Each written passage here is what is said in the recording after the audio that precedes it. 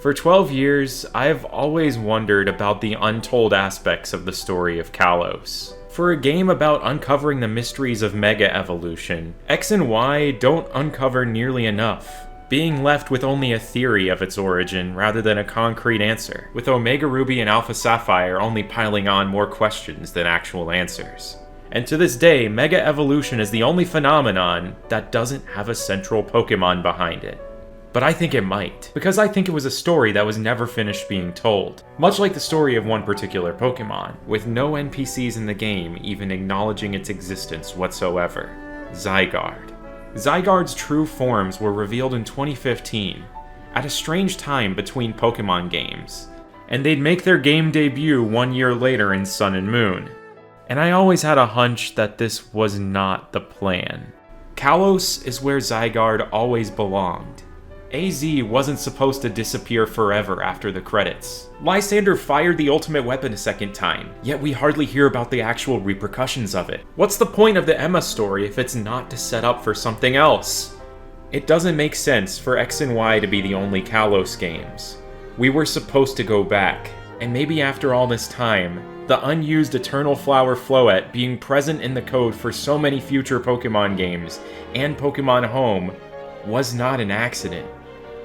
It was a promise that we would go back again.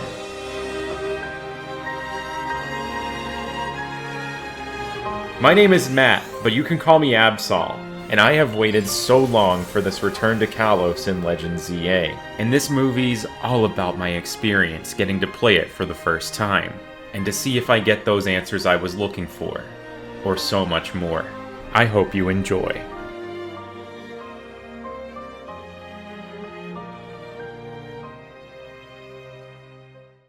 After Legend ZA was announced on Pokémon Day in 2024, I questioned if this game was actually real. No, that's Lumiose! Pokémon Z! Pokémon Legends!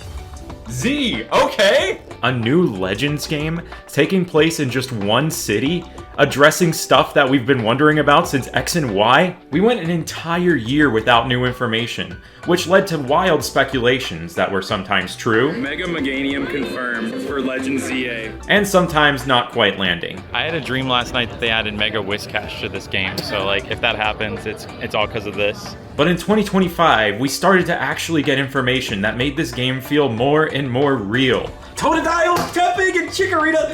Who's that? That's AZ! That's AZ and Floette! It stopped feeling real again though when I got to play the demo at Worlds, which was centered around my favorite Pokemon of all time, and I learned it was an important part of the story. Like, was this game made for me or something? Fast forward to October, I had just stocked up on Colossian snacks and locked myself in the spoiler bunker to avoid any sort of leaks, and I decided to pass the time shiny hunting.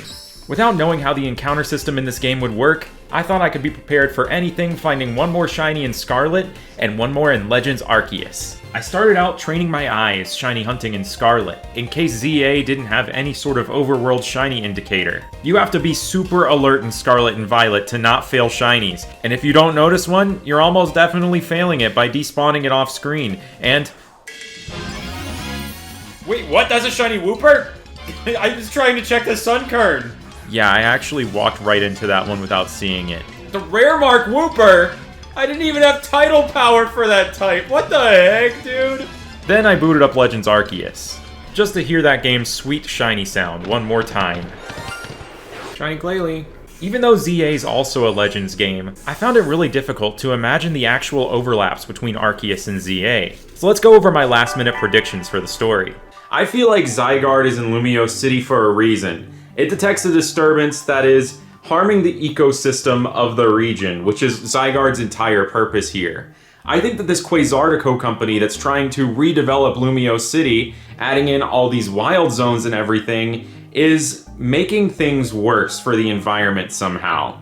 Pokemon are mega evolving on their own, and the only Pokemon that mega evolves on its own is Mega Rayquaza, and part of its name is based on a Quasar. I think there's definitely something going on there. We have Team MZ. Tawny and Urbane, they seem really helpful, but also maybe too helpful.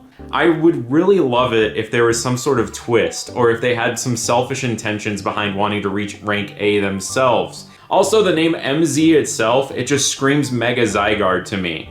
And I'm not sure if that means we're actually getting a Mega Zygarde, or if they just named the team that because they want to monitor the city and help out around the city, as if a Mega Zygarde was helping with that. Mabel from Team Flare, I don't know why she's at Sycamore's lab serving as the professor, but she's definitely serving. The gamer chair says it all. I think Team Flare has echoes throughout the Kalos region and throughout Lumiose, and I could see them coming back in some way. As for new Mega evolutions, I want to see some Gen 7, Gen 8, Gen 9 Megas.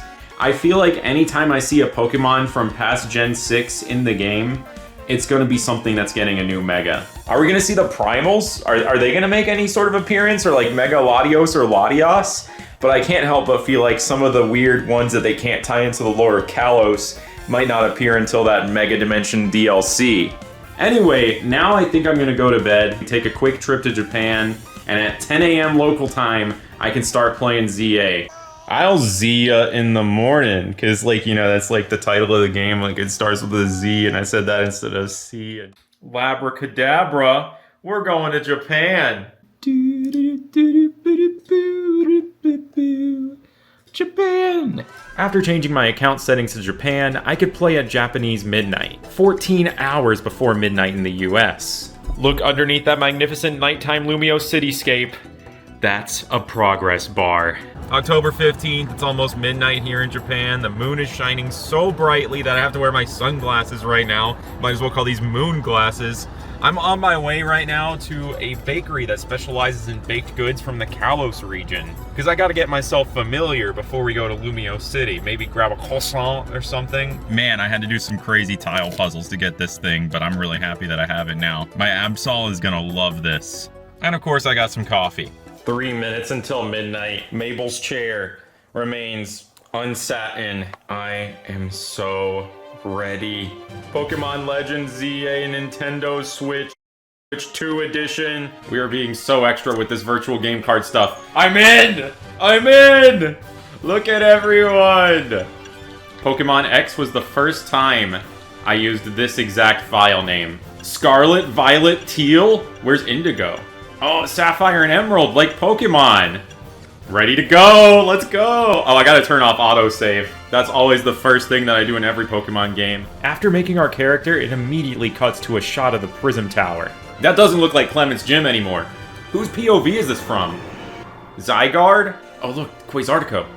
Something so bad is happening at the Prism Tower that Zygarde dropped from the sky to watch. What did Quasartico do? Maybe it's a disastrous gender reveal party. It's a girl. AZ's there too? Yes, the song! The strongest Mega Evolution user must be found. This is definitely not Clement's gym anymore.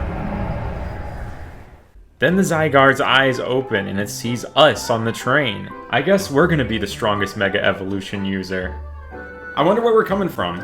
Maybe South Kalos? I was thinking so much I didn't even notice the brand new character on my phone. As we pull up to the Gare de Lumiose, named after the real-life Gare de Lyon in Paris, not to be confused with Galler Lyon or Gare d'Ivoire, Zygarde hops into our bag. Maybe we're not the strongest Mega Evolution user after all.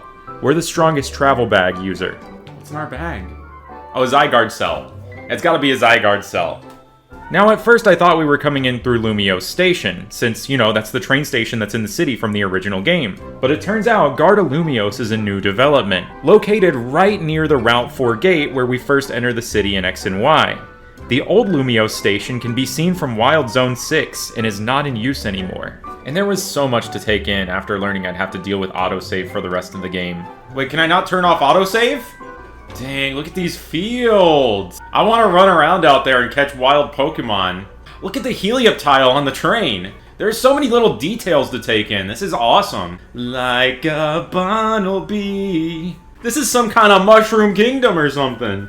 Wait, is that a shiny Miltank? Dude, my first ZA shiny! Let's go! Oh, so the airport is far out from the city. That makes sense. So we might have flown in from somewhere. Can we see what's on her Rotom phone? Is she watching one of my movies? This is already a higher level of detail than like 99% of the towns in Scarlet and Violet. Oh, look at the happy herdier. Thriving. Wait a second. I swear I've seen that NPC before. Love the Clauncher shirt, too. No, we can't sit on the bench! Game's over. Worst game ever. Dude, my new adventure begins today. Oh, we can go in and out. This is awesome. Train station staff hates to see me coming. Swanna? Alright, 15 minutes. I've left the first train station. Pretty solid progress. There's the game. Look at the colors changing. Very mega. Taking my first steps into Lumiose, I saw a vision that was finally realized in a Pokemon game. A harmony between people and Pokemon that's always been best captured by the anime. I've always loved the shots of people walking around with their partner Pokemon, imagining the story of how these two met, or how in another world they might be the main characters. Cause every Pokemon is someone's favorite, and every story's worth being told. Carbink, it makes it all feel so alive. Man, what a lovely start. Tawny, with the 3 starters. Tawny's looking to make some sort of video, looking for the perfect tourist to take in for this. And wait, we don't even really know who we are at this point, do we? So we're just a tourist? Or are we moving here? I like how it's kind of ambiguous how we start- wait, hold on. The power of advertising really works, because for a minute I really stopped pondering where I came from or who I was and just looked at every single billboard. Dude, this is amazing! That looks like TCG art! Is that a Galarian Zigzagoon? It is. But then I snapped back to reality when I realized that there's no choice for us to not be a tourist. It's kind of interesting that we're learning context about who we are, instead of just like immediately diving in and being like, you're going on a Pokemon adventure, you're going to set out, this is you, you're a student or something. I'm just now learning I'm a tourist right now. Tawny requests us to say something on film that I can't refuse. Alright, well, let me get out my camera. Hotel Z's a hidden gem of Lumiose. Though I succeeded in real life, Tawny was interrupted in game. Quasartico. Oh, this is our welcome to the world of Pokemon thing. This is a Pokemon. She's like the professor right now. Whoa, technology. Last time there was someone who did some hologram stuff, they ended up trying to destroy the whole world. This is bad vibes. Omega Lumiose! After watching the propaganda, my bag was stolen. Oh, by a Pancham. It's so silly! Can that be my starter? But who was actually going to be my starter?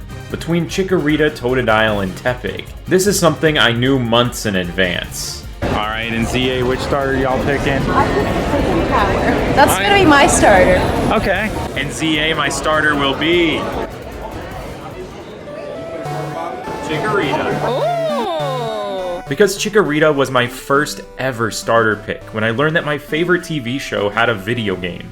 Before I got my first Game Boy and Pokemon Gold, I used to daydream about adventures with the Meganium, and it really means a lot to me that I can play through a new game with it. As much history I have with the other 2 starters, Chikorita was the obvious choice for me. And now with a new Chikorita, I'll have my first battle to get my bag back. And the music goes crazy.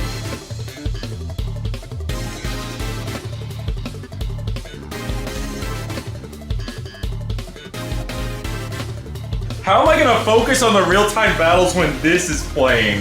I've ascended listening to this. This is so good. The real-time battles feel so good and so Pokemon anime to me.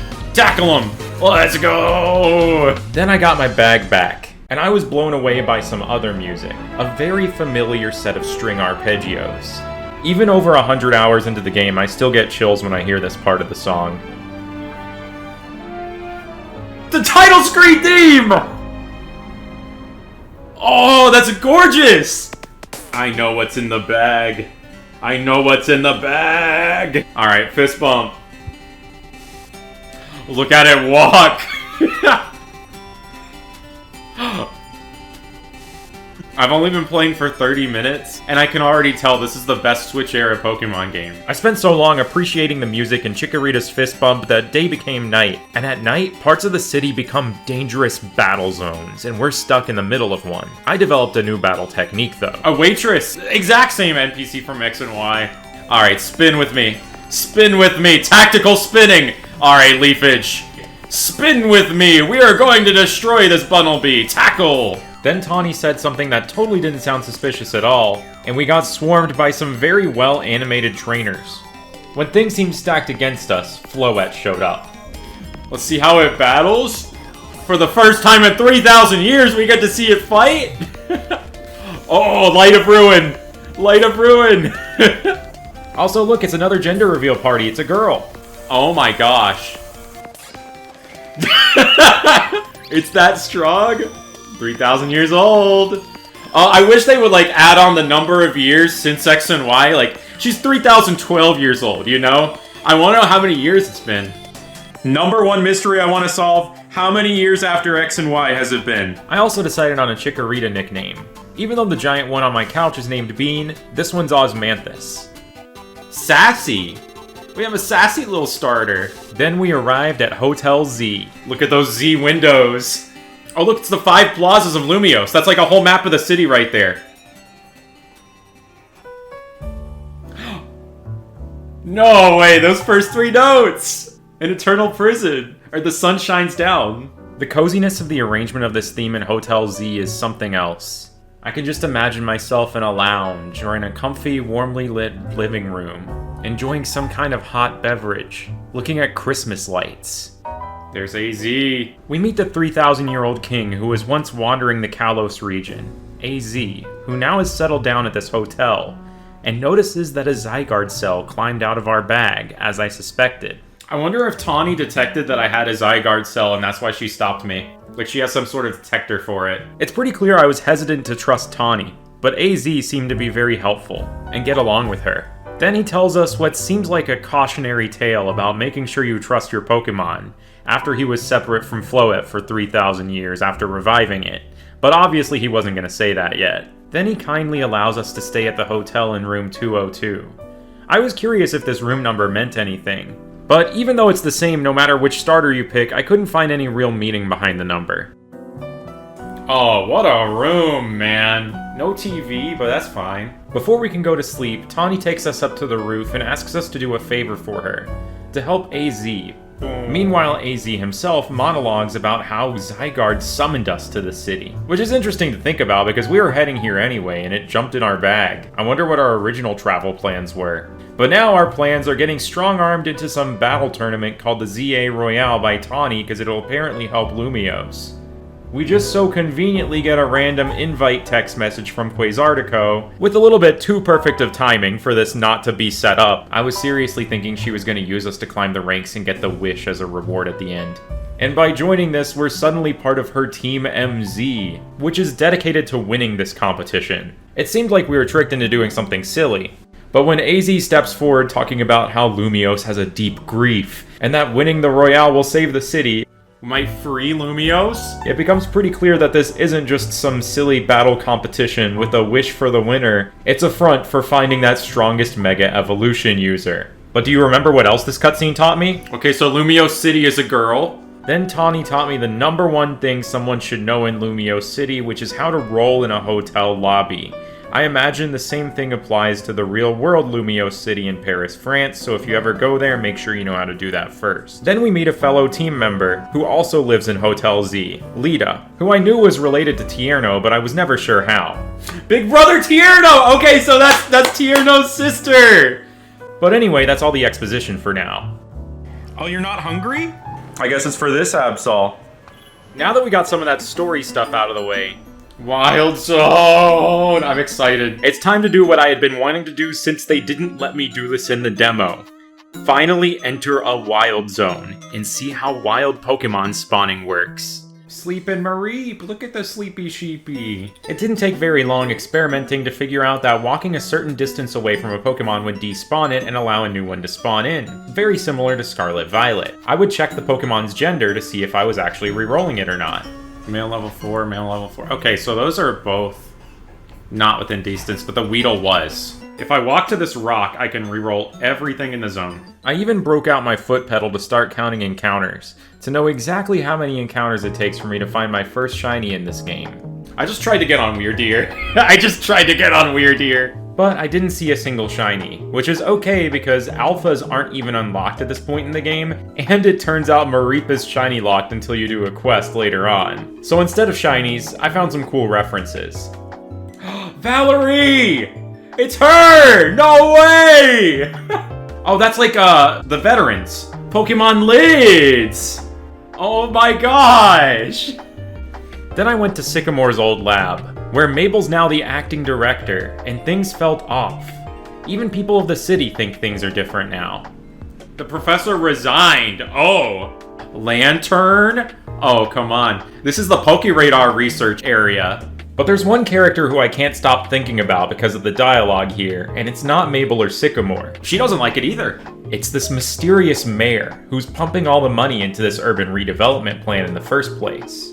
Art imitates life, or vice versa. Who is the mayor right now? Because I don't think it's anyone from Quasartico, it's someone else. Could it be Lysander? After being forced to help Mabel with her research, we meet Naveen, the fashion designer of Team MZ, who gives us a hat that lets us go on reddit.com. Also from Mabel, we get the Rock Smash TM, which allows us to start smashing the rocks in the area. But Rock Smash isn't the only move that breaks these. If you choose Tepig, you can get it pretty early on, before you even meet Mabel by learning the move Rollout, and go up these ladders to the rooftops where you can find interesting Pokemon outside the Wild Zone. Oh, we get EXP for smashing rocks too? Uh-oh, I'm sensing a level 100 gauntlet on our hands. Oh, the Go-Goat shuttle is gone, man. Okay, I want to see the evolution screen. What? This is gorgeous! This is so pretty. It's like a sunset. It's no Legends Arceus one, but... Oh, that's nice. Now it's cloudy. My first evolution. After a bit of exploring, it was ZA Royale time. This is one of the 2 parts of the game that I played in the demo back at Worlds. And I started to understand how to do the stealth mechanics a lot better this time around. Dude, okay, that's how you do it. I successfully snuck now. I sneaked, I snook. And I also discovered the joys of the camera mode in this game. This is crazy. It's like I'm a drone flying through the city. Hi there. X and Y music!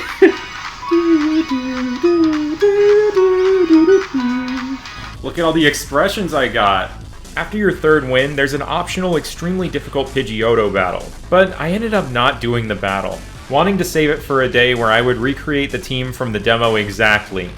Now we have our first promotion match. On my way to fight Zach, the taxi driver, a concept that I may be too familiar with. Chanel is watching so carefully. I saw a shirt with someone I had never seen before on it. Who is that? Wait!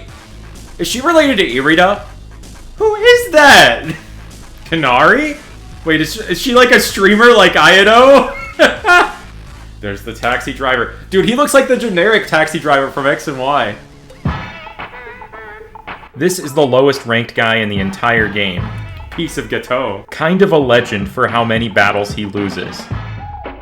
That was cool. But man, he can sure drive a taxi, and I'm glad that he's not getting his wish of abolishing all forms of transportation except taxis, because that's absurd. I was surprised that his ace was this Pokemon, Pikachu, and not something from the Sandile line, because that's what the taxi drivers use in X and Y. First promotion match down. 100th time. Poor Zach. Lizzie Eternel. Aww, man. I wondered what other wishes I would have to stop, with the presumably 24 other people I would have to fight to reach rank A. Why don't we keep climbing? I was not prepared for who I would see next. Emma!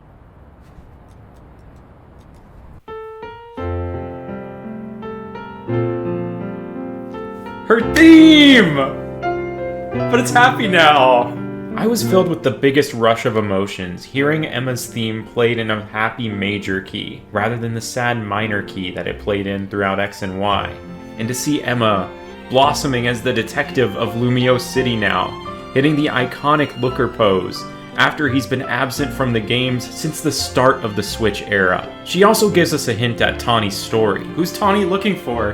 And it's amazing to see her actually doing well, in Naruto running.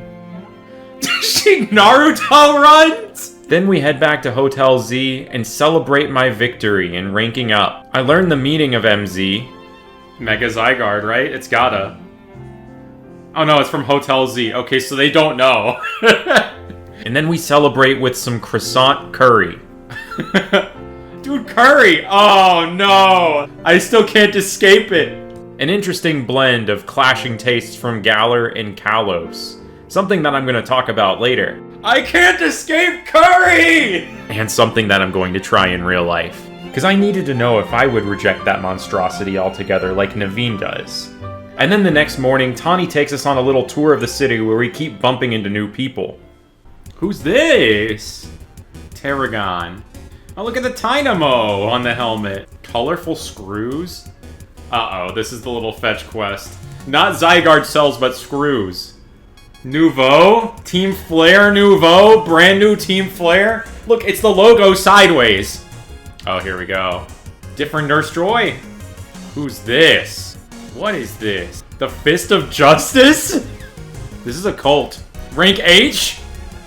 Calzone would be screaming. I always find it silly when someone in a Pokemon game gives a really obvious tutorial, like telling us Pokemon learn moves, but I love it being presented through someone who's as stupid as Ivor is, treating it like it's some sort of secret, esoteric knowledge. This guy's like a genius. It took me so long to get it in my muscle memory to not send out my Pokemon with the ZR button. To be honest, at this point I kind of felt like I was on a leash in this early part of the game. Arbitrarily not being able to climb ladders sometimes that I was previously able to climb, and not being able to break free from where the story wants me to go to explore the city. But all of that changes once we go to the Looker Bureau and start side missions from Emma. Mimi! Let's go! It's Mimi! We're back. Zerosic on the wall is crazy. It turns out Tawny was once on the streets homeless like Emma was too. And all the side missions in this game count as doing detective work for the Looker Bureau. I'd love to, of course. Yes, yes, yes. Emma sends us on these because she's got her hands tied with other cases, like Zygarde and Tawny's missing person, but maybe something else too. I noticed some Pokemon not native to Lumiose City at all. Is that a Lapras? Crobat? And call me crazy, but in the most recent DLC trailer, we see Crobat for the first time in Hyperspace Lumiose. Maybe she's investigating that. Once we leave the Looker Bureau, we're free to roam around the entire city now. So I took full advantage of that, and got enough levels to evolve Osmanthus into a Bayleaf. Then I met my first Alpha Pokemon, something that felt like a staple of the Hisui region and is even commented to mostly be something from the distant past. And here's the thing, I think it still is. I think someone brought over the power to make things alpha in modern-day Lumiose, because whenever you transfer an alpha from Legends Arceus to Scarlet Violet, it becomes the former alpha. There's some weird power in play here. But no one from Hisui could have made it to modern-day Lumiose, because that was hundreds of years ago, right? Why don't we go on a little trip to the museum? Hisui! Yo! Is that the special exhibition? Oh, this is lovely! Glittering Cave! Oh, this is beautiful. That's from Parfum Palace. Cool to see that in high res now. Oh, they added it's the first one to ever Mega Evolve in the Kalos region. Dude, it's Calum! I love the way that they painted him with the X and Y proportions. Oh, Parfum Palace! Let's go! They really didn't forget about the rest of the region, huh? My favorite part about this piece is the arrow that tells you where to go. Hisui! Oh, this is excellent, man. Is that the freaking potato mochi? No Zisu there. It's time for me. Wait! No way! Let's go! We have Ingolor. Ingolor is insane. He went home. He went home. Laventon! Shed of a private house in the Sinnoh region? I can't believe we got closure on Ingo. Dude, this is insane. Sun, sea, and land. I remember these from the houses of the people of the Diamond and Pearl clans in Legends Arceus, but the fact that it says their identities aren't known makes me think that it might actually be Archie, Maxie, and Alder. Especially knowing that the original Archie and Maxie traveled with Team Rainbow Rocket across time and space. Kamado. Wickstrom. A suit that his ancestors gave to Galarians? There's no way we're getting Legends Arceus lore right now! Shut up! This is ridiculous! This line here is also interesting because it pretty heavily implies that Kalos and Galar did not get along well. And, well, we knew Kalos had a war in the past, just not with whom yet. Dude, imagine if Volo shows up. Then my brain was about to break. Oh! No! No! No way! No way! Is Volo freaking alive? They can't just drop it on us that Volo is alive and expect me to just go back to playing the game normally. She's clapping like a BDSP gym leader right now. Then Emma teaches us about Mega Evolution and hits the pose from the cover of the game. Now I think it's time for me to explore the other 5 wild zones that are open at this time. Now, I was kind of concerned at first. I thought that we only got 6 wild zones in this game, but thankfully there's more. I'm going to admit, it took me like 30 minutes to figure out that there's a way to cross the water here in Wild Zone 2. I thought I wouldn't be able to until later, like needing a move to do that, but it's just a shallow area. Oh, I can just cross right there. Wild Zone 3 has one of the most busted shiny hunting methods ever, going up and down the stairs repeatedly. I wonder if this reloads the Pokemon. Male level 7, it does. And while I'm sure I could have walked away with a quick shiny team member, I decided not to stick around. Wild Zone 4 is a graveyard. That's pretty cool. Wild Zone 5 has the scary Alpha Whirlipede that looks ready to run you down. And Wild Zone 6 has the old train station, a cafe that you can fly to in the middle of the Wild Zone, and perhaps one of the bravest essential cafe workers of our times.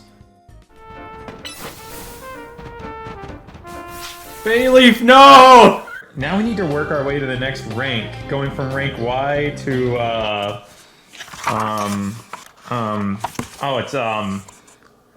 X. That's the next rank we're going to. Now we get into the true gameplay loop of ZA, where the second that it becomes night, I'd like to immediately make my way to a battle zone and try and rack up as many wins as possible so I can get to the next rank. That was an instant knockout, that's crazy! You could just do that, huh? Okay, what pattern Vivian are we about to get here? If it's Pokeball, I'll lose my mind. It's probably gonna be the pink one, because that's the Lumiose City one, or the real-life France one. Yeah. Oh, we have a timer in the top left corner in the mini-map. I only just realized that. Dang, she's got the high ground. I'm drowsy status. I'm not asleep. Oh, it makes the cooldown timer take longer. That's so cool. Let's see how much EXP we get from this. Come on, Audino, give me a bunch. Oh, money. Clefairy! I don't think that was in the XY Pokédex. Interesting to see that here. Mega Clefable, perhaps? Bayleaf, what are you doing? Trying to be one with the shrub? After a night of battling, it was time for our promotion battle from Y to X against Yvonne. Okay, what's your dream, Yvonne? This battle takes place in Blue Plaza, which eventually becomes a wild zone that I'm way too familiar with. Also, it's shaped like a Lotad. I love how you get to talk some serious smack in this game. Yvonne just wants a simple marathon for Lumiose. But we have to save the city, so we can't let that happen. Yvonne seems to always be in a mighty big hurry, so I made sure to make the battle quick. Although I was playing the game kind of like I did when I was 6 years old, only using my starter, but I just hadn't found any other Pokemon I really connected with for my team yet. Alright, take a lap, Yvonne. Now we're at rank Twitter. The next letter that comes before X, W. Let's get that W.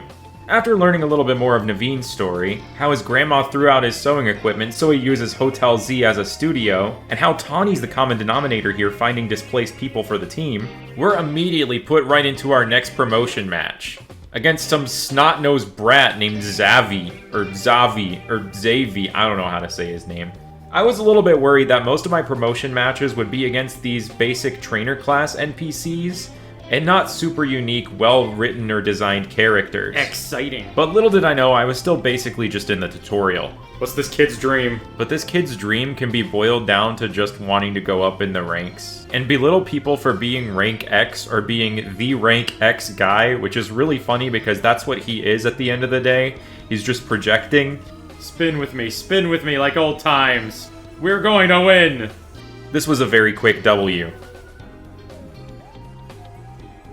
Are you sure you're rank X? Look at the back of my jacket, kid! Then we get some of Lita's backstory, learning she was following in her brother's footsteps. Aww, her big brother, Tierno. He became a great dancer! That makes me so happy. When her roommate moved out and she couldn't make rent anymore, which is when she happened to run into Tawny at the same location where she recruited us. Which makes me wonder, what if everything that happened with our first meeting with Tawny was completely premeditated? Just think about it for a second. She's sitting there with all 3 of these Pokemon that work as the perfect candidates for a starter. She's waiting around looking for the perfect tourist to film a promotional video. But she just so happens to get interrupted by an ad for Quasartico, which probably runs on a schedule that she knows. And this loud ad is the perfect time for Pancham to swoop in and steal the traveler's bag. But Tawny knows the owner of the Pancham, Andy, and uses this as an opportunity to test our battling strength. This has never been about promoting the hotel. It's all about the team. And how does she convince these people to keep battling? Maybe a handsome sum of money that she borrowed from someone who we'll see later. But forget about the speculation and story, we just hit a big milestone. Now I can sit on benches! I just unlocked benches! Biggest thing in the game. And we have our final somewhat generic NPC promotion match versus Rintaro. But before that, I wanted to get some side questing done. Versus the car? My bet's on Chespin. We're getting a Kanto starter, cool! Yeah, I'll go Bulbasaur. This is a quest? Comfy in the cozy space, okay. There's almost definitely gonna be one that's like a Pokemon. Oh yeah. I knew it. This is the most love Spupa has ever gotten outside of Super Smash Bros. I don't know who created the Spupa propaganda, but it's working. I love this Spupa, that's awesome.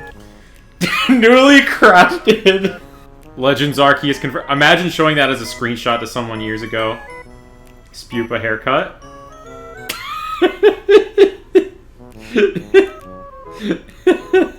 It does not get better than this for the Spupa fans. This could be a Pokeball pattern, but it might be shiny locked. Oh no, it's Archipelago. I decided I had seen it all when I was told that I befriended this Froakie because of scaffolding. After W, we've got V. So I entered Restaurant Lena and did my promotion battle versus Rintaro, who just wanted to see the stars of this restaurant go up. In English, he's the first character whose first letter in their name doesn't match up with the rank that they have, but his trainer class does. Main course? Well, I'm starving. W for waiter. I was really having a lot of fun with this gameplay loop, but I was wondering how it would mix things up later on in the game. But still, the only Pokemon on my team I had any attachment to was Osmanthus, the Bayleaf. I needed some new team members. I needed to mix things up somehow. And after this battle, I was going to get my answer.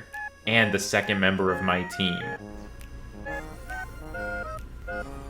V. Immediately after leaving, we get a call from Emma about Zygarde. Strange dog!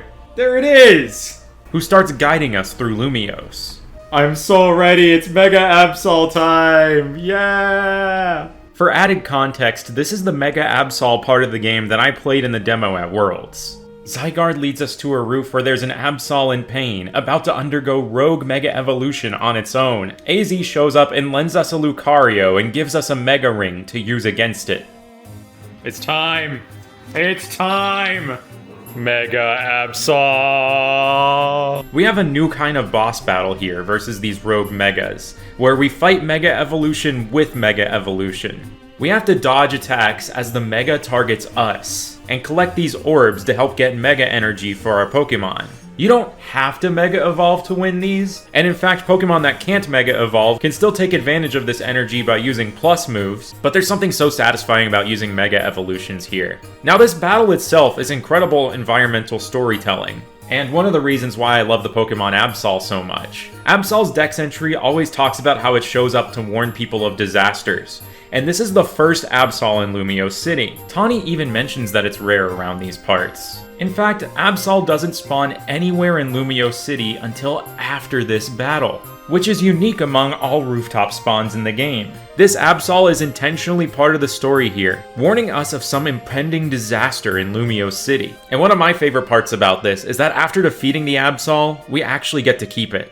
Dude, I can't believe we just get an Absol as part of the story. That's so cool. And while it might seem obvious to hunt the shiny of my favorite Pokemon, I think this shiny locked story Absol is far more significant to me, and is more deserving of a slot on my team during my first playthrough. Now that we know about Rogue Mega Evolutions, Tawny and AZ let the cat out of the bag that this is what they've been trying to defend the city from this whole time. And you might as well slap up the title card for the game right here, because this is where the real Legend ZA actually begins.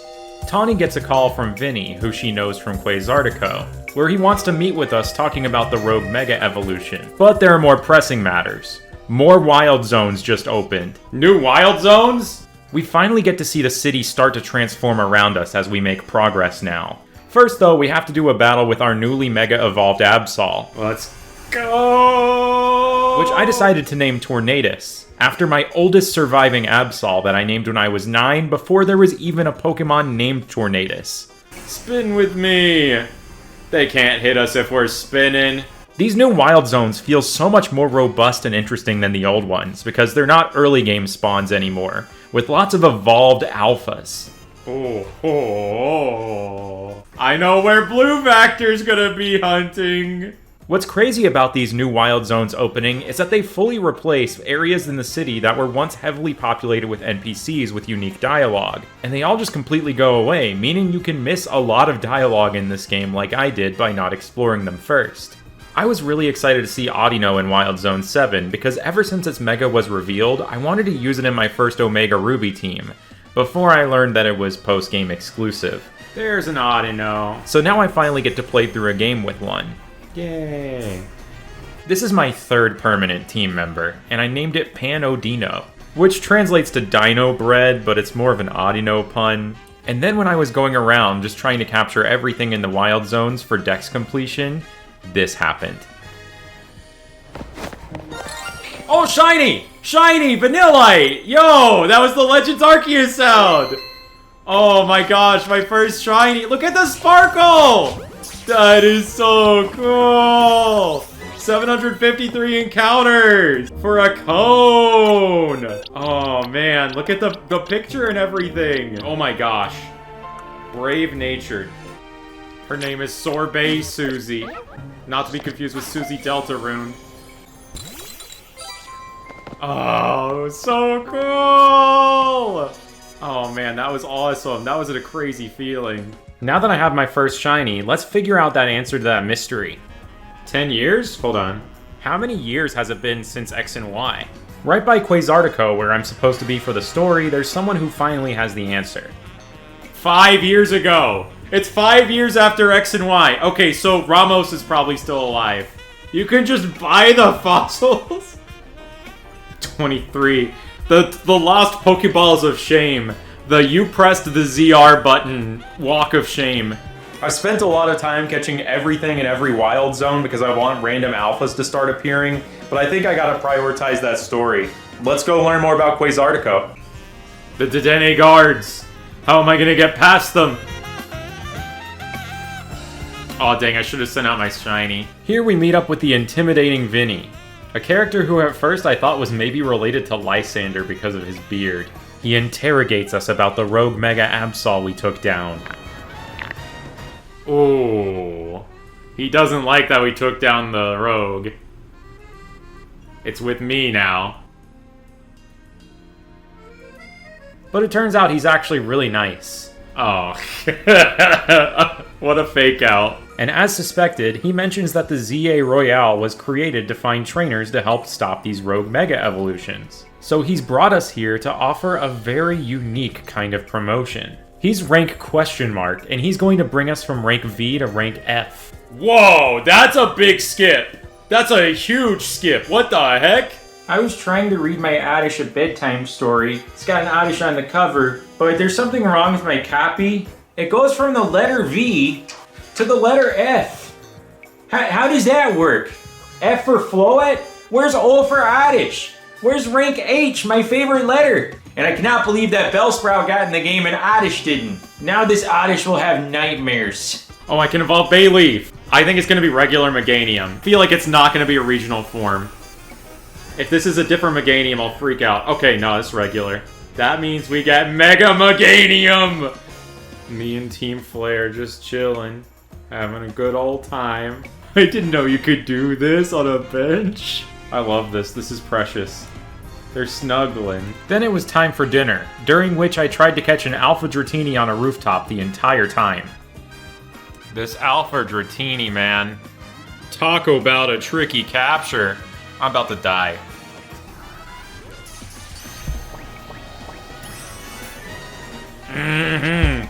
It only took 20 minutes of me eating a burrito. Alright, Vinny. Now let's get this special rank up.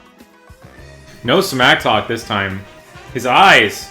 I wonder who his daughter is. According to a nearby NPC, Vinny has a daughter, but we never really learn much about who she is. I've seen random speculation that she might be Shauna from X and Y, but really there's nothing that points towards or against that. Just like his intimidating looking presence, he starts out with some pretty vicious looking dark type, but then sends out this really sweet little Baneri. I wasn't sure what Vinny's Mega was going to be, but I originally thought it was going to be Pingaro, because he has one in his hair. I was very surprised by what new Mega he actually had. Drampa? I'm about to see a new Mega! I'm about to see a new Mega! Alola! This is crazy. From here on out, pretty much every promotion battle's gonna involve some new Megas, and very cool characters. What is that? That's crazy looking! Drampa got a Mega? That looks amazing! It's like a Dragon Bow! My first brand new Mega! That is actually a peak design. That's like one of the best Megas I've ever seen. I think what he says about his new Baneri is really sweet and kind of reflects on who he is as a person and as a dad. Now let's rank up.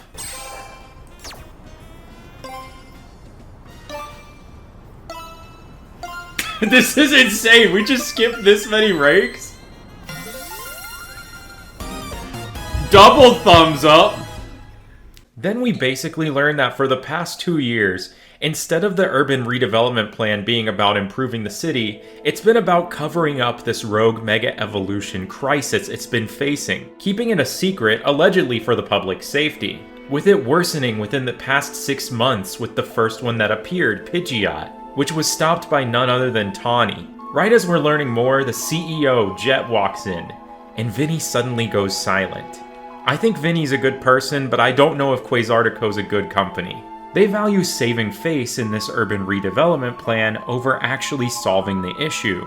Why spend all this time dangling the carrot of a wish in front of people for the ZA Royale when they have the money and resources to call in the strongest Mega Evolution user AZ's looking for from the start? And I think the answer is simple. It would draw in too much negative publicity. Running the ZA Royale and having the public naturally get accustomed to battling with and against Mega Evolution would make it so if the Mega Power theoretically took over the whole city running rampant with rogue Megas, the public would be naturally prepared to fight them and not blame Quasartico for it. Everything feels like a cover-up so they can keep going forward with this plan and get paid, rather than an actual solution to the problem, which is why Team MZ exists, trying to actually put an end to it. But now I'm gonna pay them some of my crystals so I can get the Audino Mega Stone. Yay! Then I learned my next promotion match opponent is a gamer. The gamer prodigy? Canary. Whoa! She has Mega Electrox! That's gotta be it!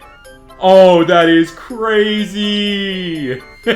And Naveen objects to this because he's a huge Canary fan. I think it's easy to interpret him as someone who's broken a lot of parasocial boundaries with Canary, but I think it's actually the opposite. He's put too many up. He no longer thinks of her as another person, but as some sort of ethereal being beyond our mortal comprehension, kind of like how people see Germa. Then the quiet Naveen shows us how much he really cares about the team with the team flag that he made for us. And we have our first strategy meeting for the rogue Megas we need to take down. These take priority over the promotion match. Slowbro? Camerupt? Victory Bell? Alright. Unless you're Naveen, where Canary always takes priority. It's really neat to see streamer representation in Pokemon games these days, and for the culture to be understood so well, though I do wish Naveen would come around to watching the stream with Lita when she asked so nicely. Before taking on the rogues, AZ gives us the Meganiumite. Oh, let's go! First wild Pokemon I see, it's on site. Look how many flowers! Oh, and it's got the fluffy feet! Look at my little friend! Look how many flowers it has. I bet the shiny looks incredible. I bet the shiny looks so good. Then I met up with Tawny in the place that would eventually become Wild Zone 12 and fought a Rogue Mega Slowbro. Fighting groups of these Rogue Megas is about to become as routine as doing these promotion matches, and it's actually a lot of fun. This thing had like these water vortexes that it would send at us. I was so curious if the Slowbro Knight would work with the Galarian Slowpoke and was instantly shot down by the description text for it. Zygarde also shows up after every one of these, by the way. Then I met up with Lita on a rooftop to take on Camerupt, who's got a lot of chaotic explosive attacks, and I actually almost died for the first time in this battle. A lot of these rogues choose to target you over your Pokemon. Another one down. Camel down. Then I evolved Sorbet Suzy into Vanillish. 3D Vanillish has historically looked pretty bad. Yeah, it's still not great. And then I met up with Naveen at what would eventually become Wild Zone 18 to take on the Rogue Mega Victory Bell. I don't think it's a coincidence that a lot of these rogues are found in places that eventually become Wild Zones. I think Quasartico intentionally fences them off in case the Mega Power comes back to those locations. Back at Hotel Z, we confront Zygarde in a battle. Battle? And let's just say I wasn't expecting what would happen after that. Oh. Wait, Zygarde gets music now! For the first time. Puppy. A pebble. Completely unremarkable. That's gonna be a Megastone. Is that AZ?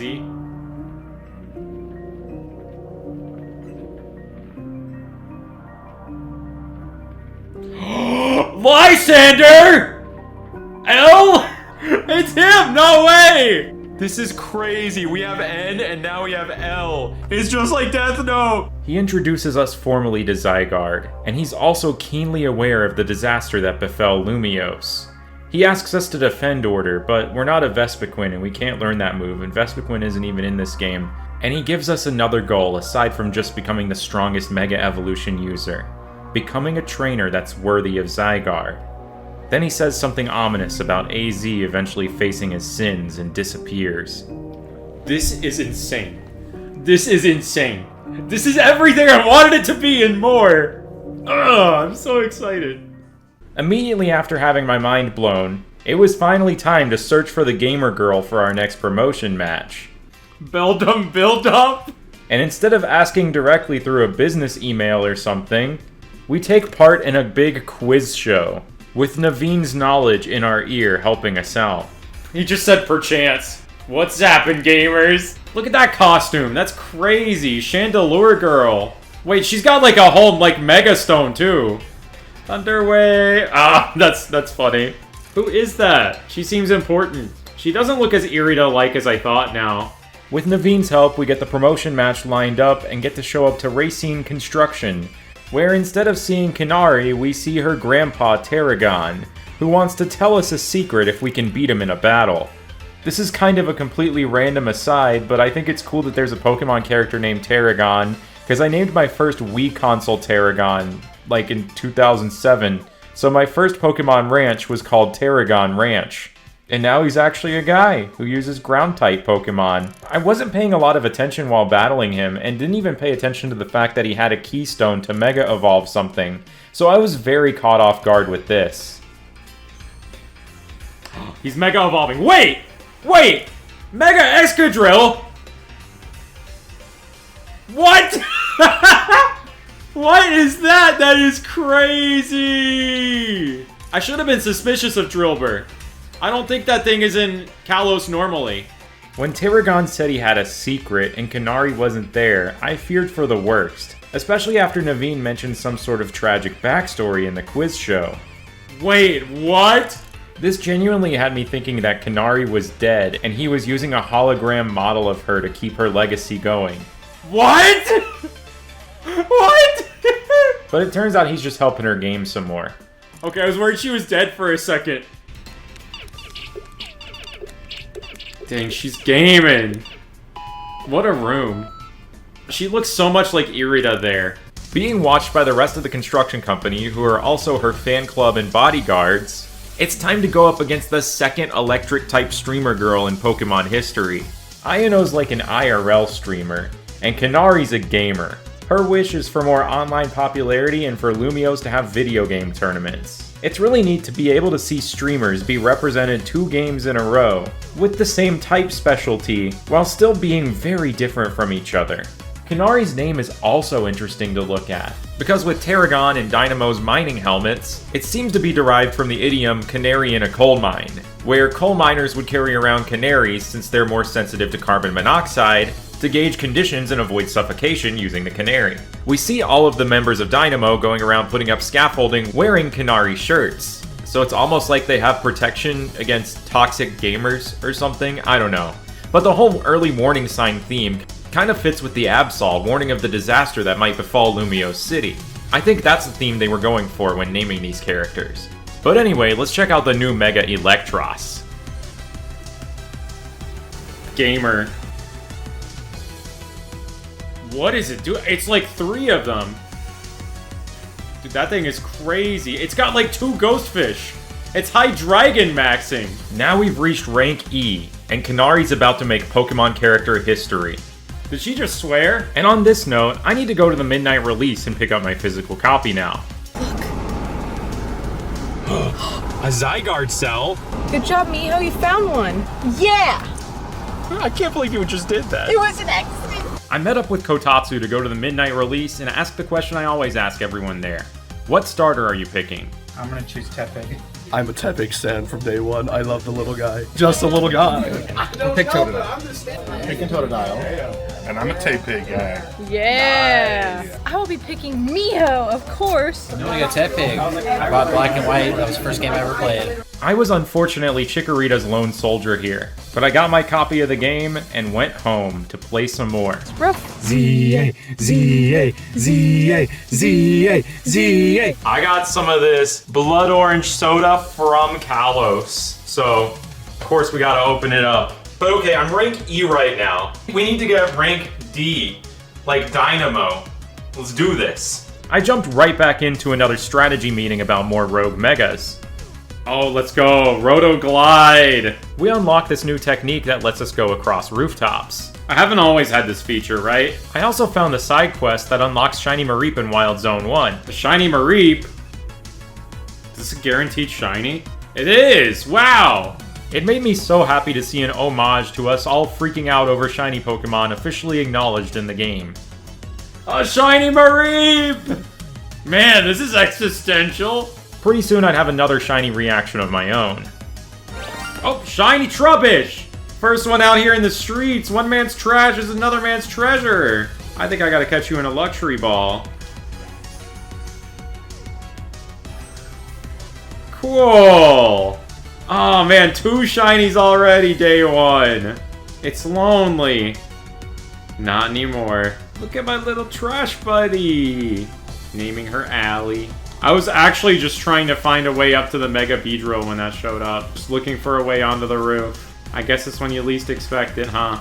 I took on the Rogue Mega Beedrill with Tawny on a rooftop first. This thing has some Kakuna helpers, and this brutal attack that's pretty easy to dodge for you, but very difficult for your Pokemon to dodge. The best course of action is actually recalling it, and it would take me until after beating the game to realize that. I can't believe this is a real Pokemon game I'm playing right now, where I have Mega Audino and Absol up against Mega Beedrill.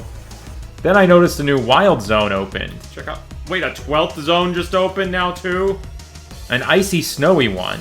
And I pondered what else other than Eevee could evolve with the Ice Stone here. And that's actually it. That's the only one. Hopefully the DLC adds another one, like Citadel or something. Then we had a Rogue Mega that felt a little bit different from the others. A Hawlucha that had a bit more of story, with a lady that would go up on the roof and feed it every now and then. It made me want to save it more. This is also a brand new Mega, by the way, one that was revealed in a trailer beforehand. This battle introduces the mechanic of these gold moves, where either you break their stance before they come out or face devastating consequences. But I never actually saw what Hawlucha's move was. Got it. Mega Hawlucha down. There's a quest later where we get to see them reunite. Also, it's a really nice touch that Team MZ calls your Pokemon by nickname. Our third and final Rogue Mega of this wave is Bayonet. Oh, right behind you, Naveen. Yeah, roar. which is one of the trickiest fights in this game because of its double team clones. The real one always has aura surrounding it, but its moves are really unpredictable and difficult to get around too. Gotta suddenly lock in. Okay, wow, I almost died. That was the hardest one so far. What the dog doing? After this, we see L again. L? Dude, the ultimate weapon did a lot to him, huh? It's interesting that it keeps one eye closed. Does that eye not work anymore? I've noticed that Tawny also keeps her one eye closed sometimes. I'm so curious about that. More likely than any involvement with Tawny, the Zygarde cells also have this asymmetrical eye thing going on. And it's worth noting Mega Chandelure, which I will soon see for the first time, also has one eye closed looking into the afterlife. It's an interesting recurring design choice that I can't stop thinking about. Emma's obviously tracking him down for what he did in the past, but he doesn't seem to be aware of why, like he lost some of his memory. With the rogues out of the way, we can get our next promotion match to D. Ivor! Oh, let's go! The Fist of Justice. Absol. Don't mind if I do. Faker. I also evolved my wonderful alley cat into a Garbodor. Dude, that's me! A shiny alpha, same. At this point I was really tired and ready to go to bed, but the moment I got to the Fist of Justice dojo, I had a question that needed to be answered the second I saw Ivor's back for the first time. Phalanx! Is there a Mega Phalanx? Phalanx is my second favorite Pokemon of all time after Absol. There's 6 friends in one. An entire Pokemon team condensed into one Pokemon, working together in absolute beautiful harmony. I was running on fumes. Look how tired I was in the Bayonet fight. But I was gonna stay up all night if I had to get to the bottom of this. I didn't get my hopes up too much. There are tons of references in this game to Pokemon that don't appear at all within Lumiose City, so maybe this bag was a fluke. I would go to the ends of the earth to find this Gwyn girl, if it meant getting my answer. It doesn't have a phone? This guy's actually awesome. He shatters phones with his bare hands. Emma, forget anything about Zygarde and L. We're looking for this girl. Fancier, have you seen the missing girl? I felt like I was on a leash earlier in the game, but if anyone needs to be on a leash in this game, it's this guy. We even doxed Kanari for this. I love that we have the detail of, like, Emma and Ivor watching. I love this game. Wait, can I go hang with them upstairs? Hold on. Oh, no, I can't. Spin with me, Meganium. Spin with me. We get one of the first XYZ references in the game, and it turns out I've already met Gwyn. It's the Chandelure girl! Oh, of course. One of the answers here is a Heatmore fountain, and I don't think that even exists in the city. I would love to find it though. Maybe it's in Hyperspace Lumiose, where the Lava Dome Pokemon Heatran probably is. I was so tired and enjoying the antics of this guy being the most himbo guy of all time that I didn't even catch that he was going to send out his Phalanx to use something here, which would have basically confirmed Mega Phalanx right then and there. We needed to use Ice Beam on this fountain, and luckily I caught exactly the perfect Pokemon for that. Sorbet Suzy. And now we can enter the Lumiose sewers. Oh, this song! Let's go! When I revisited Pokemon X earlier this year, I talked about how Glittering Cave was inspired by the Paris catacombs. So to see these sewers that seem similarly inspired, it's really cool to hear a remix of the Glittering Cave theme here. And I love how seamlessly it goes between the regular theme and the battle theme. The X and Y soundtrack is so good, and it's kind of a shame that there aren't more remixes of it in this game. We navigate the labyrinth of the sewers and find a locked door. No destroying public property.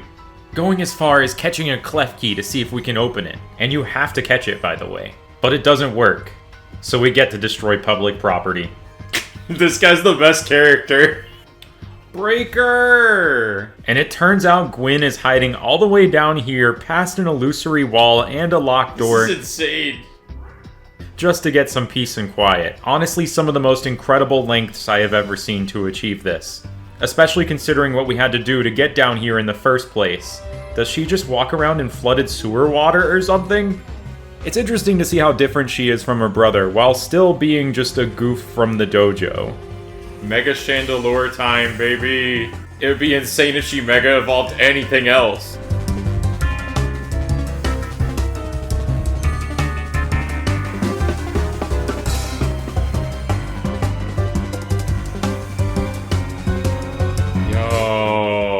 Yeah, that's about what I expect. It's like the Terrastal hat for fire type. And now, for the final battle of the night, going up against Ivor, or Ivor. His name comes from Ivory, but he's also in rank E, so I like to say Ivor. His wish is to abolish all wild zones, so people and Pokemon live in total harmony.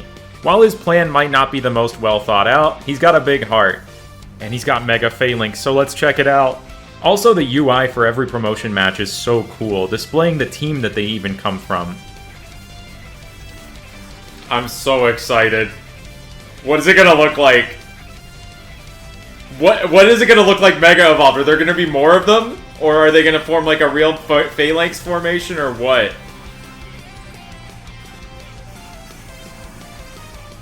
Oh, it's like a knight? That's crazy! That is cool! It's like got lances. Oh, the one that's like straining in the middle too? Dude. Dang it, man. There goes another team slot. That's a team slot. I'm replacing a Pokemon. I have to replace a Pokemon with that. And one day, I had made it to rank D for good night, because I was tired. I'm about to get into my bed right now. Checking in for the night from my room at Hotel Z. Dude, this game was made for me. My second favorite Pokemon ever has a Mega now. My favorite Pokemon ever has a Mega, and it's the first one you obtain in the game as a guaranteed story progression thing.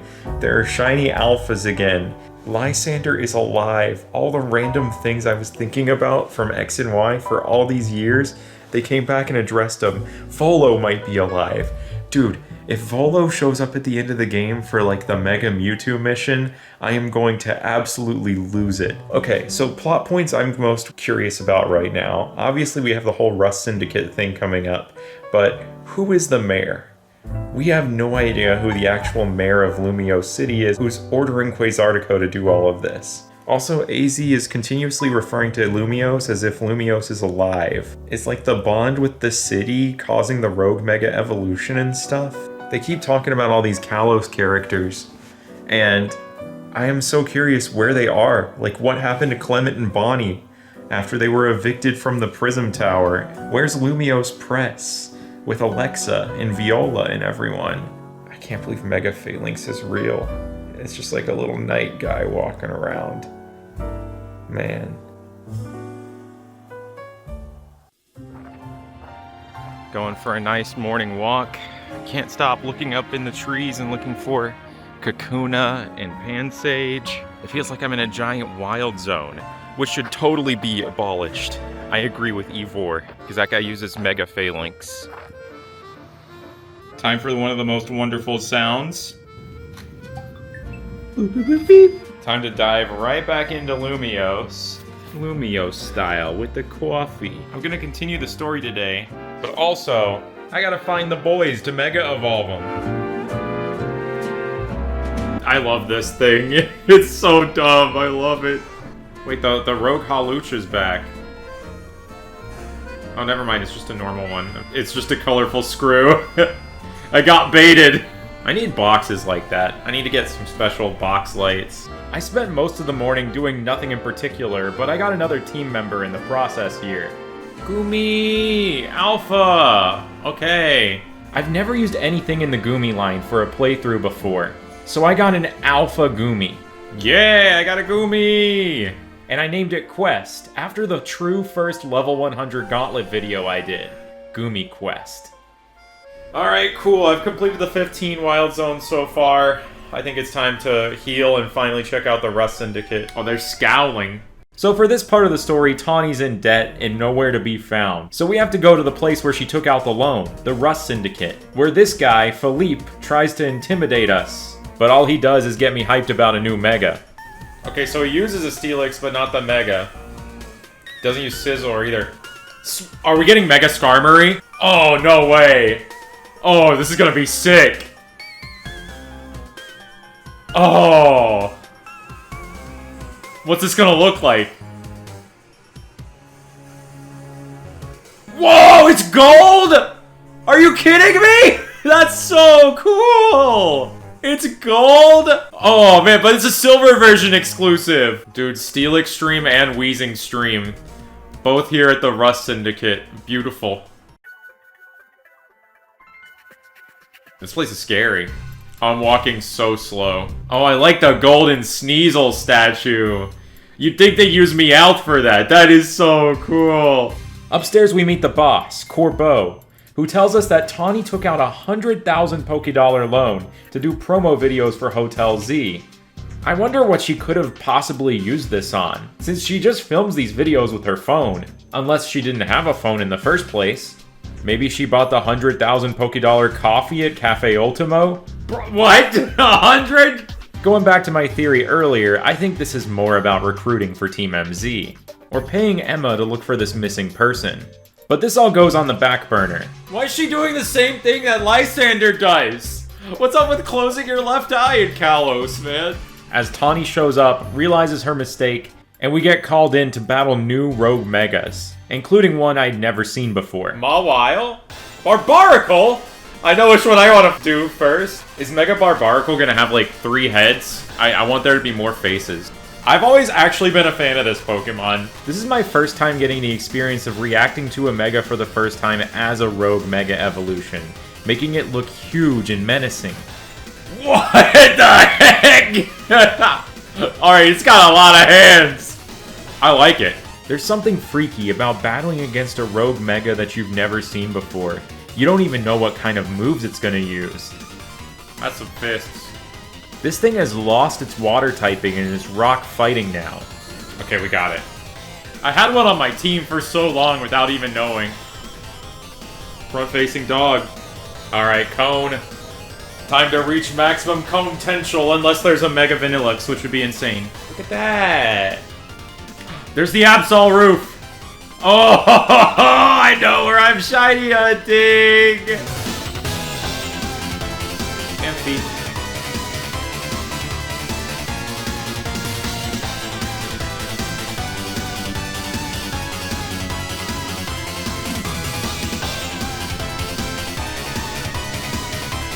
Thing's out of bounds.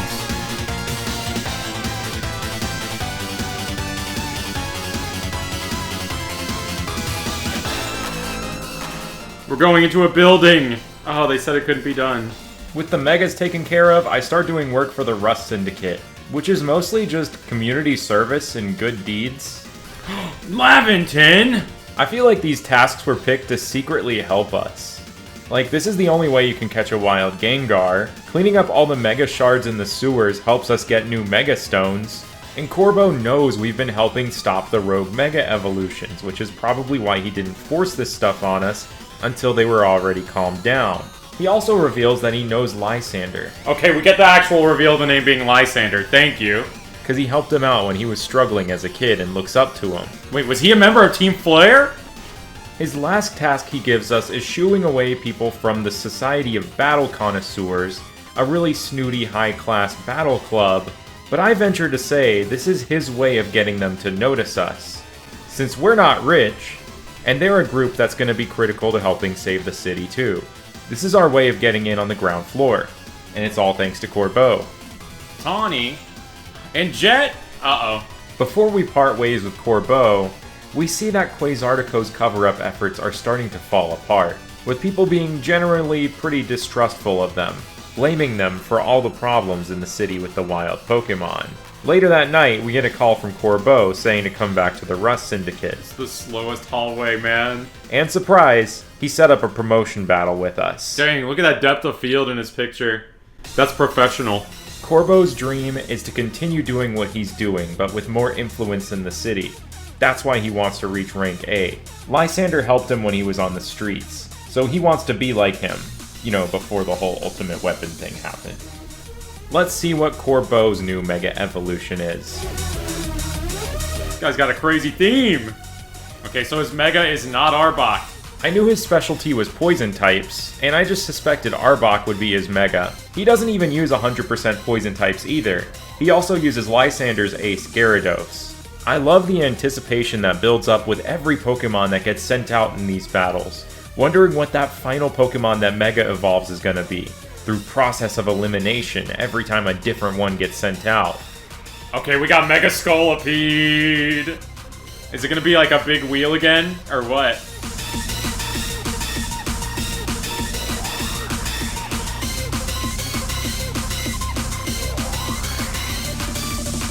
Oh, it's got armor? Dude, I love it. It's like a horse, kinda. Dude, horses are back for unlimited Scolipede. Now we're moving up to rank C, which is nothing to sneeze at.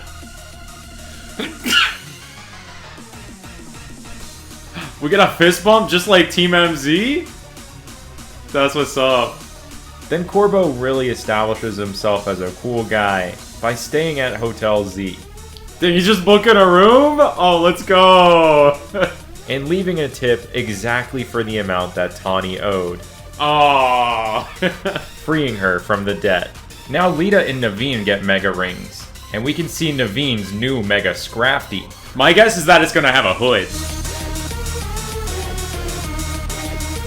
Or just really big pants.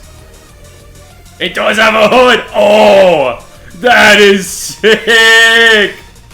That's one of the coolest Megas!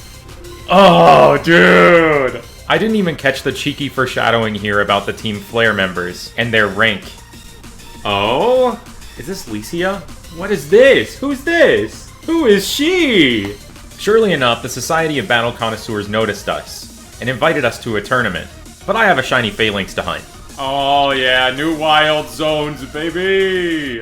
Okay, I'm guessing Fennekin is in one of these too. Wait, Phalanx is here! Phalanx is here! Phalanx is here! Yes! The boys! I can bring them home! It would be foolish for me not to shiny hunt this, honestly. Alpha Phalanx, so many red eyes, that's amazing. Kotatsu dropped a new video today, and now I'm hunting Phalanx. Let's see if I can get this. I kind of want to stream this. I don't want to get spoiled on anything though, so I'm going to do an experimental stream where I don't read chats from anyone. It's actually so insane that fast traveling respawns Pokemon. 3 Alpha Phalanx! I'm just like psychically reading what some of y'all are saying in my mind right now. Like I'm sure someone's asking about how Calzone feels about the game. Haven't seen any Oddish yet. It'd be really funny if what I'm doing right now turns out to not work. So I guess we'll run up and check these. Oh man, did Froakie leave us? He was just enjoying his time up on top of the pillar, and I scared it away. What does that say about me? What does that say about society? Is this truly a city that people in Pokemon can be happy in together? If we're scaring frogs off of poles and they don't come back? It's messed up. Youch is playing Pokemon Legends ZA Nintendo Switch 2 Edition. Oh my gosh. I love playing Pokemon Legends ZA Nintendo Switch 2 Edition. Shiny Phalanx! No Birdlading! Oh, look at that! Ta-da! That's so cool! It's the boys. And they're trying to kill me. Alright, let's catch it. Ultra Ball. Just like that. Ta-da! And I think I'll end stream by having a coffee with it. How does Phalanx sit in the seat? It doesn't. Thanks for watching. Kanari's fan club in-game calls themselves Canatics, and it made me think of Raising Canes and Caniacs, so I got a little bit of that to celebrate. We're gonna see what Shiny Mega Phalanx looks like. I imagine it's gonna just look like normal Shiny Phalanx, but I think it would be funny if it didn't. I named them Les Garçons, which is French for the boys. It's a difficult decision, but I think I'm benching the ice cream. Dude, I can't believe I get to play the game with my favorite Pokemon and my second favorite Pokemon, both with Mega Evolutions. Dude, yeah, that's what I expected. Yo, look at the fit! That is cool. Spin with me, Phalanx. Oh! Wait, does Tawny have an Absol? Wait, no, that's my Absol. I'm stupid. There's Ivor! My guy! And Canary's here too? Oh, no way. And Gwen. That's her. Leon! This is crazy. We got a tournament arc. We're set up for Jacint's tournament of a lifetime. But sadly, Tawny takes us out of the tournament for now, because there are more rogue megas to fight. Oh, no. I'm letting a beautiful woman down. Frostlass! But it turns out Jacint won't allow us to let her down. What? What's she doing here? She's just chilling. I think she's the funniest character in the game. And with her ability to just suddenly show up in almost any situation and create all these binding pacts, she's very similar to the Fae. Very fitting for a fairy-type expert. Time to see another new Mega! Whoa! That is so sick! The Yukiona! Oh my gosh. That is the coolest Mega, I think, so far. I've seen a lot of people say that Mega Frostlass looks like a scrapped Gigantamax concept, and I have to agree. Still works great as a Mega.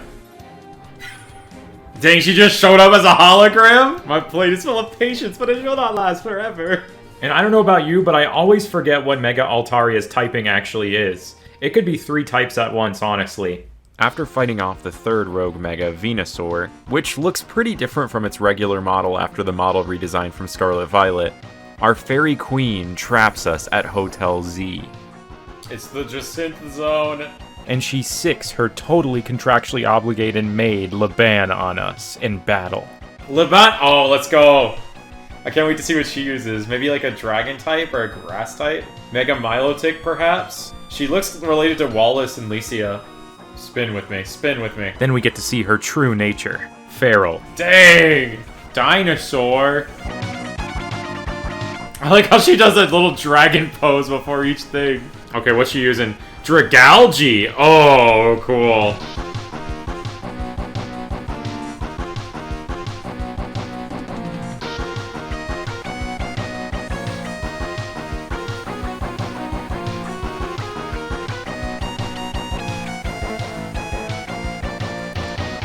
What is that? Oh, ho, ho, ho. That is amazing. Oh, Clawitzer got the short end of the stick. Then it turns out these battles to coerce us were unnecessary because we were going to participate in the tournament anyway, and our next promotion match is against the Jacinth, the Fairy Queen. So Laban disarmed the Jacinth Zone in a very normal way. Then I made it to the tournament, where it turns out everyone was trapped there in their own Jacinth Zone. Look at this tournament arc. This is so cool. It's a very fair bracket where Jacinth doesn't have to play any matches until the finale, and all the competitors are here to win with no distractions. We start the tournament fighting the ever so eloquent Canary, using high-class words. Then we go up against Ivor, who tells us that he's this way because of Laban, which is crazy. What? Goes to show how strong Jacinth is if she managed to tame her. And then this random short guy. Just when I thought Le Super Tournoi de Jacinth was coming to a close, it gets interrupted by this dog. Uh-oh! Uh-oh! Zygarde wishes to fight us. And Lysander's there and gets recognized by everyone. It can't be. He's alive, so Tarragon knows. Hearing everyone recap what they know about Lysander is really interesting to me, and it has me constantly thinking about what they were doing 5 years ago during the events of X and Y. Also, it's really funny how Corbeau's like, Philippe, stop trying to make me look bad in front of my idol. There's a lot of emphasis put on trying to form a bond with Zygarde, and I think it's pretty important to note that Mega Evolution is also based around forming bonds between trainer and Pokemon. He doesn't remember any of it? He lost his memory? That's why he's just L now? This is the stupidest tournament bracket ever. I love it. Okay, so she definitely took a picture of me beforehand, right? This means she had to get like a front-facing dog photo like this. Also, all the cells gather around it, and it goes from the dog to the much inferior 50% Zygarde snake. I just like dogs more. What can I say? It said ZA! Every single person here is about to become important for the endgame, aren't they? All the different factions in town. This is what ties them together. Dude, we don't have a Zygarde cell collecting mission in this game because Lysander's been like tasked with that as like his sentence. That's insane. And then, it's time to fight Jacinth, who wishes to make every trainer in Lumiose as strong as they possibly can be and happy by reaching rank A. I hope she has her own theme too. Oh, she does. Is this like Electro Swing? This is one of the best battle themes in the game. Hold on. I wasn't gonna let the real-time battle system stop me from dancing to this one.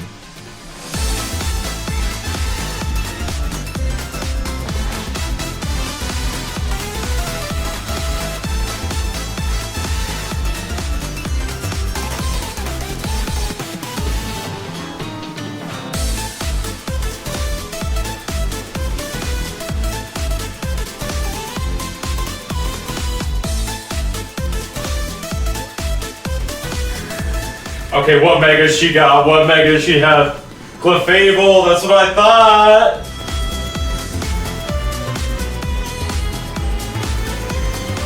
Can't wait to see what this becomes!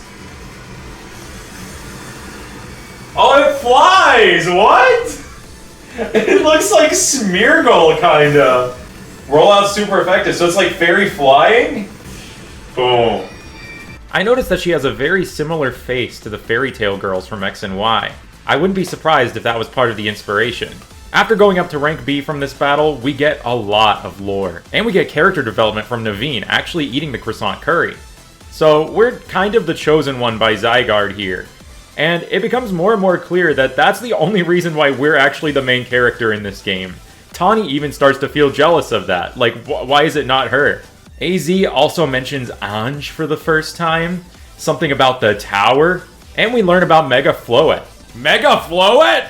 No Mega Florges? It Mega evolves? What the heck? But the lore doesn't stop there. We get summoned to Quasartico, where we really learn the true meaning of this urban redevelopment plan, how things had shifted, as I had anticipated, to protecting the city from the rogue Megas, above all else.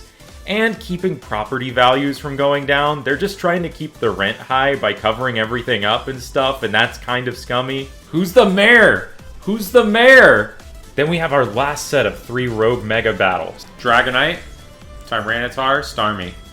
Oh, we learned about Starmie through Rogue and not through Lita? That's crazy. I did my final set of ZA Royale battles, wondering how these people managed to reach rank B when people like Corbeau were at rank D. I imagine not everyone gets the same promotion matches. What are these people doing at rank B? What do you mean she's like 1 rank away from getting a wish? That's crazy. It's just a giant box. Then I went through the universal experience of Wild Zone 17.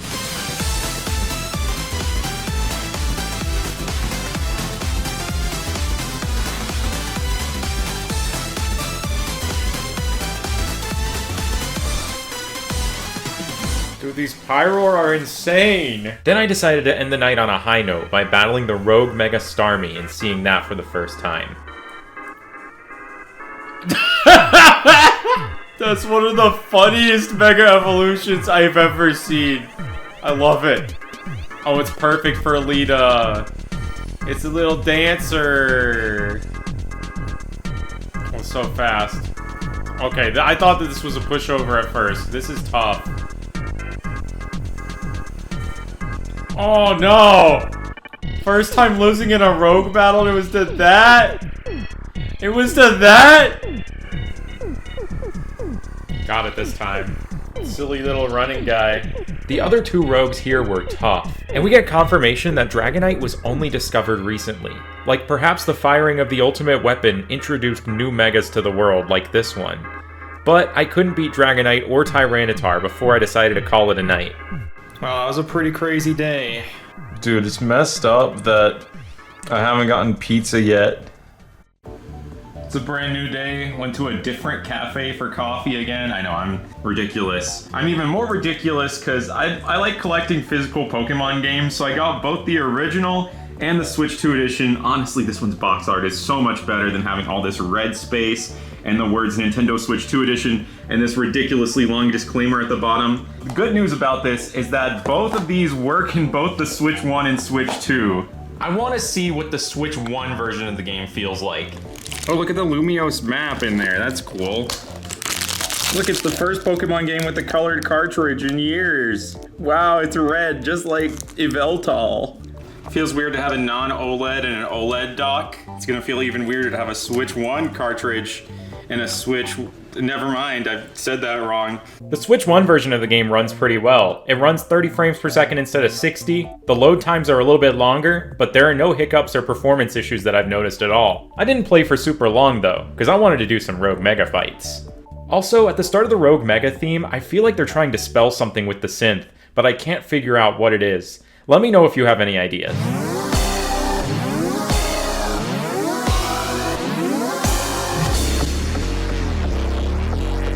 I also love that little hint of the gym leader battle theme in there. The hardest part of these battles is honestly just keeping yourself out of harm's way, whittling down their HP as you go. Especially in these late game battles, if you don't have something to stagger them when they start glowing gold, you're going to get hit with something huge.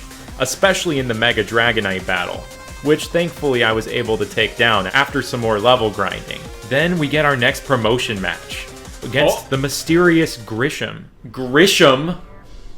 Who's Grisham? Is that the mayor? We go over to Emma's detective office to learn more about who he could be. Poor AZ. What if it's Looker? I would lose my mind. But she challenges us to a battle, seeing if we're ready for that dangerous information. You could put me in danger? Is she gonna use Malamar? Zerosic! She's gonna use Mega Malamar.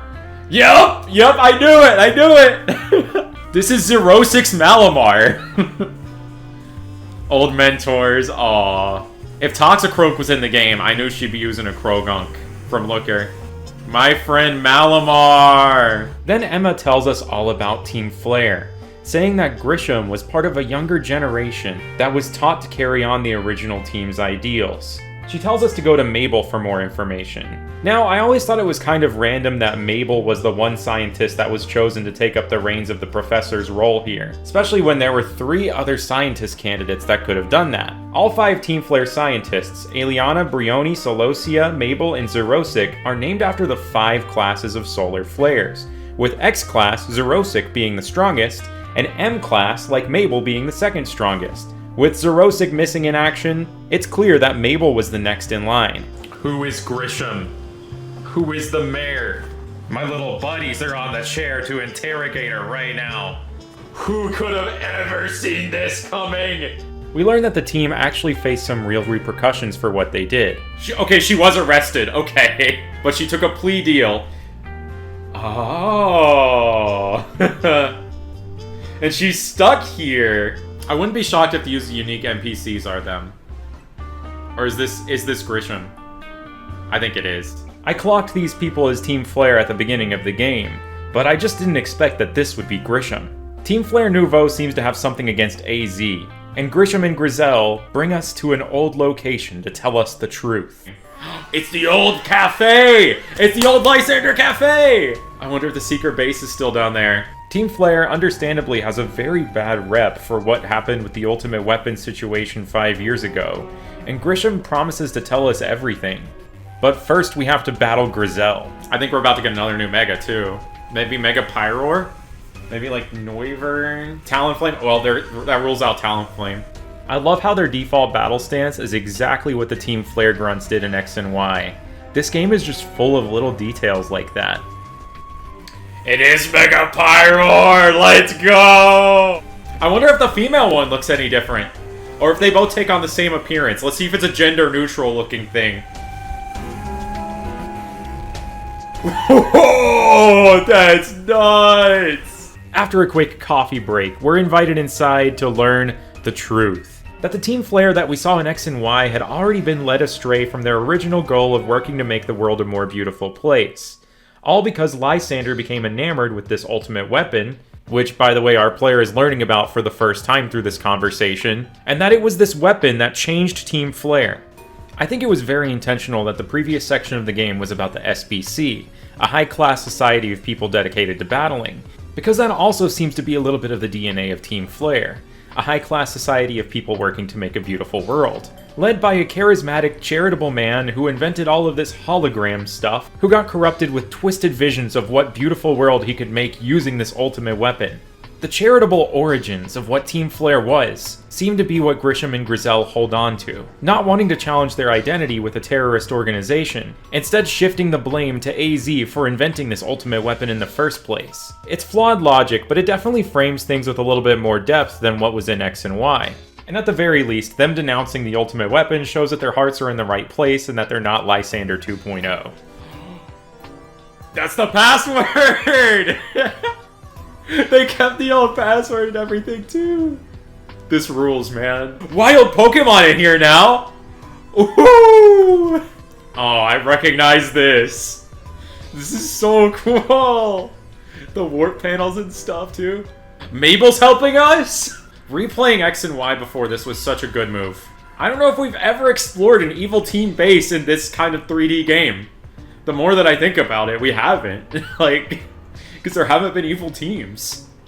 Closest thing was Let's Go. And that's so different. Scarlet and Violet books?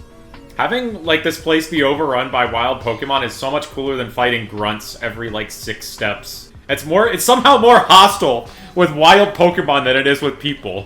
Which is insane. Or no, is this part of Geosenj?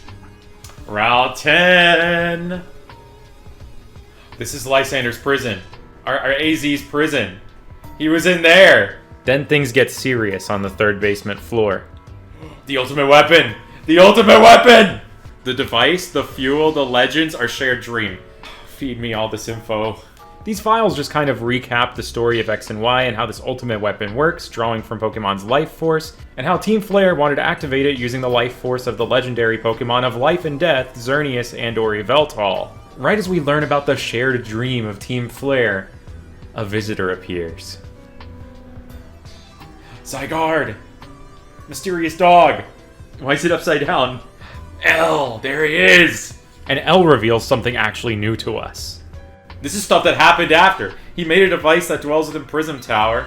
Being here has helped Lysander regain some memories, mostly about AZ and about the 2 devices that he created. The 2 buttons that he has us press! This finally explains the cartoonishly evil plot point in X and Y, where Xerosic wanted you to press one of 2 buttons, one that would activate the ultimate weapon and one that wouldn't. Was the existence of this second device planned as far back as X and Y, or was this just a retcon of these 2 buttons originally representing Xerneas and Yveltal, and not 2 separate devices? It's also worth noting that in this game it looks like Team Flare used both legendaries for the weapon instead of just one like they did in X and Y. This is a 3rd timeline, the Pokemon Z timeline. And we finally learn why no one got hurt in the aftermath of the weapon backfiring, and how Lysander survived it. He was granted immortality. Oh, Zygarde saved him? What? Zygarde saved him? That's crazy. It worked to protect all living creatures. Of course, Zygarde was who saved everyone. That's why there were no casualties. Zygarde exhausted its own power. Oh my gosh. And that's why it's still dormant. Wow. Wow. Now the only thing that can stop the awakened Prism Tower is the key to it itself. AZ's Floette. I know the ultimate weapon looks different depending on what version you're playing. I'm wondering if this is some sort of consolidated thing. Look, there's a Yveltal right there. There's a map of Kalos. Even including Kylude City down there. Ultimate weapon opening, Xerneas in tree form. This is the truth Grisham wanted us to know. He wants to obtain AZ's Floette by wishing for it at the top of the ZA Royale, so he can save Lumiose from the impending threat of the Prism Tower and redeem the name of Team Flare, since he was just an indoctrinated child who didn't understand the wrongs of his parents. He wanted to bring Team Flare back to what he thought it was, but we're not going to let that happen. We go back to AZ to hear his side of the story, where he elaborates further about Anj. Animated? Dude, this is beautiful. Seeing it not on a 3DS. After explaining the ultimate weapon, he explained how this second device came to be. Wow. Wow. Anj was a device that was made to spread life, using the Eternal Flower Floette that had been brought back to life with the ultimate weapon, knowing that it was living off of stolen Pokemon's life force. He hoped he would get Floette's forgiveness from this, but it never appeared, and Anj was never used. And the firing of the ultimate weapon 5 years ago reawakened the tower, and now it's pouring out this mega power that's causing Rogue Mega Evolution to happen. While the legendary Xerneas and Yveltal aren't very prevalent in the story, the themes that surround them, life and death, are. And they're flipped on their heads in an interesting way. Both AZ and Lysander are given a punishment that's worse than death itself for firing the ultimate weapon, being forced to walk the earth with life for thousands of years, with AZ being separate from the thing that he would destroy the world to bring back, and seeing Lysander, a man who talked about eternal youth and beauty, being rapidly aged and seen as a man wearing rags, forced to live in a world that he saw as filthy. And now they must come face to face with the consequences of their actions. The stolen life force that Floette received is also an interesting thing to think about, with the tower emitting this mega power that forces rogue mega evolution. Without the bond of another trainer, these Pokemon seem to be in an immense amount of pain, using this shared or borrowed life force, which is extremely similar to the odd dex entries that we got for Mega Evolutions in the Ultra Sun and Ultra Moon games, describing them as incredibly painful and the Pokemon as being belligerent and completely unresponsive. I feel like these dex entries were describing the feelings of Rogue Mega Evolution all along. And the ending of X and Y with AZ and Floette being suddenly reunited after 3,000 years actually makes sense now. They really framed it as Floette suddenly forgiving AZ after experiencing the joys of Pokemon battling for the first time in 3,000 years, but she actually returned because she sensed Ange was about to awaken. That makes so much sense now. I thought it was stupid that it would come back after 3,000 years just because of a trainer battle. No, it didn't care about that. It knew about what was going down with the Prism Tower. Naveen rightly holds AZ accountable for all of this, and now we're accountable for beating Grisham and reaching rank A. Oh, of course, he's gonna have Mega Charizard! He's gonna have Mega Charizard Z! Dark Flames? He closes his left eye as well! Why is this such a common theme? This is it, the final promotion match to rank A, and the one that feels like it has the most stakes. This isn't about abolishing all forms of transportation except taxis, this is about the very fate of Lumiose City. And granted, we're both honestly working towards the same goal of just trying to stop the Prism Tower, but you kinda have to pick your side here.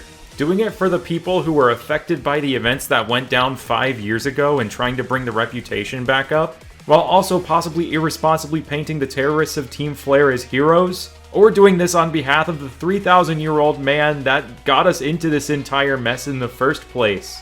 We also, of course, have the power of Zygarde on our side, and more of a bond with AZ's Floette, so it only feels right for us to do this. I don't think it's necessarily a bad thing for Grisham and Grizel to feel less shunned by society because they're genuinely doing good things with their cafe, giving free coffee to disadvantaged people. But the big question is, does Grisham have Mega Charizard Z?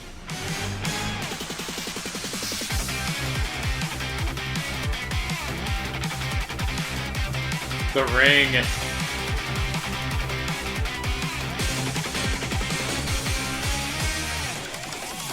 Okay, it's X. I would have lost my marbles. I would have been so funny. He also claps like a BDSP gym leader. Dang, we're reaching A rank.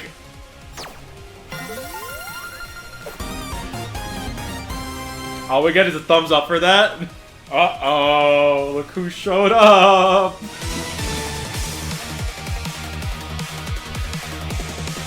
This is such an uncomfortable zoom. Wait, what? With Tawny and I both at rank A, it's time to save Lumiose. Uh-oh. And like right now. The explosion we heard was an unboxing of the tower. Once again, a massive gender reveal party. Ange is a girl. And AZ tells us that Ange herself is at risk of going rogue. And it's our mission to take Mega Floette to the tower to have it merge to become Ange Floette. AZ thanks us for crossing paths with him. And with our Zygarde cell, we work our way to Centrico Plaza. The urban redevelopment plan was a massive success in creating a Mega Lumiose. A rogue Mega Lumiose. One that was established with a lack of bonds, especially with how they continue to fence in the outsider Pokemon instead of letting them actually become a part of the city, creating a false sense of order that really didn't take people or Pokemon's best interest into account just to keep property values high. And now it comes down to two outsiders, a tourist and someone who got here 6 months ago just looking for someone to save the entire city from this whole mess. Because we listened to the city and made those important bonds. And now it's time to battle Tawny to see who takes Floette to the top of the tower, all while a haunting piano piece plays, unlike any other melody in the game with no common motifs.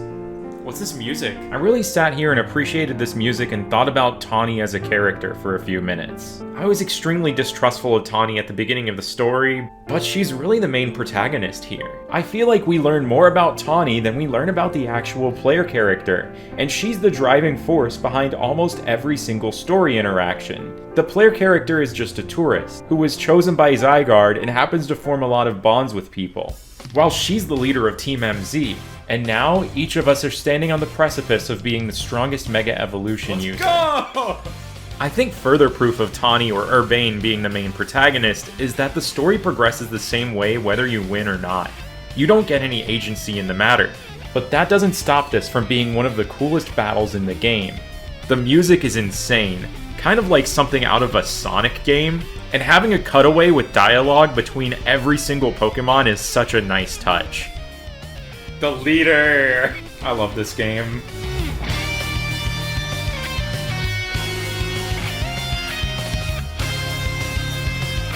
I do wonder who the person she's looking for is! That's a whole plot point I haven't even been thinking about the past hour! Alright, Mega Phalanx time. I can't believe I could just say that!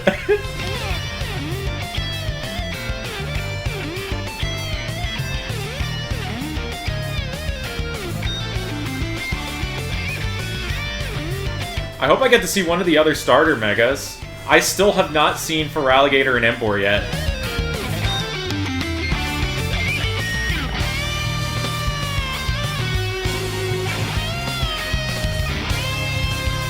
Okay, Emboar will be the Mega we see then.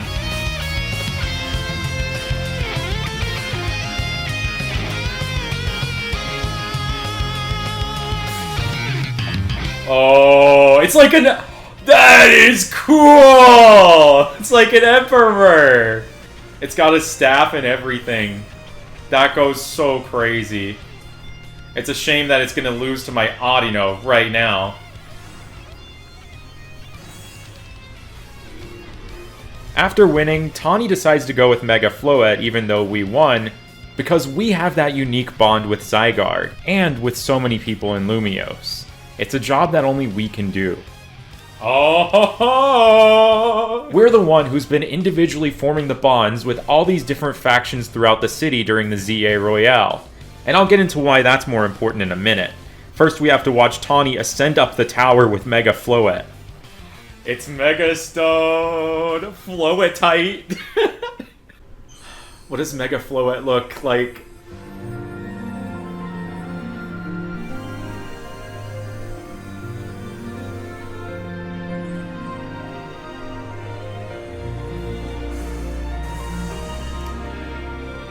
Whoa! Is that like an umbilical cord looking thing? Where it's attached to the flower?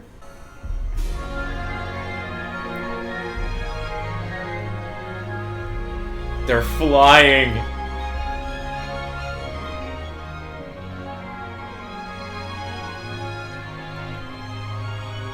Whoa, what's this throne room? Is Tawny about to become a twist villain? Ready to roll. Something very bad is about to happen. Everything has gone according to the plan that had been set up since the start of the game. Tawny, as one of the strongest Mega Evolution users, takes Mega Floette to the top of Ange. I don't think she wasn't strong enough to control it. I think it was just too late. Too much Mega power had already been emitted, and Ange took total control over everything to become Ange Floette, which is distinct from Floette's consciousness. Uh-oh. The thorns. This is the device at work with the Mega power, using Floette's life force. This is not Floette itself. Now it all comes down to us, needing to fight this with Zygarde, the serpent that feeds on the roots at the bottom of the world tree. It's a giant tree. It's because X and Y is based off of like Norse mythology with Yggdrasil. It's like the Yggdrasil of the region. That's what Ange truly is. Oh, with the eternal flowers and everything too. This is crazy. It's a dragon? This is insane. Dude. It's being lifted off the ground.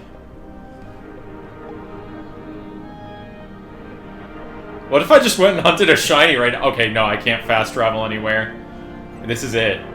Zygarde's off on a rooftop in the Magenta District, and we have to go chase after it. But we're not alone in doing this. We have everyone we've met in the city alongside us in the ultimate strategy meeting. Whoa. And it's like Zygarde is standing here to test us, using a path that requires us to use everyone along the way. And if you really think about it, we're like the human Zygarde of the city. Every individual group that we met throughout the course of the story is maintaining some form of order in the city. Each of us are the Zygarde cells of the city here. Arm in arm will win the fight. And the level of order we each individually achieve can never be true order. Even though Quasartico has people like Vinny who have a good heart, they just couldn't do this on their own. When we're all working together, we end up having the same common goal. They did such a good job introducing new characters in this game. Justice Punch!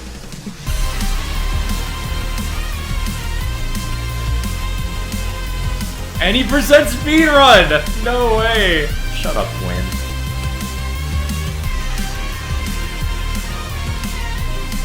Oh, she's gonna turn on its own! Oh, that's so cool! Please do. You know, I didn't expect the funniest moment in the entire game to involve the Rust Syndicate and Corbeau, but it really does. Of course, I'm talking about the human ladder. A human ladder? This is insane! This is crazy! This is the meanest thing you could do, just constantly climbing up and down. The absurdity of it all can get even funnier. What happens if I go back down and talk to the...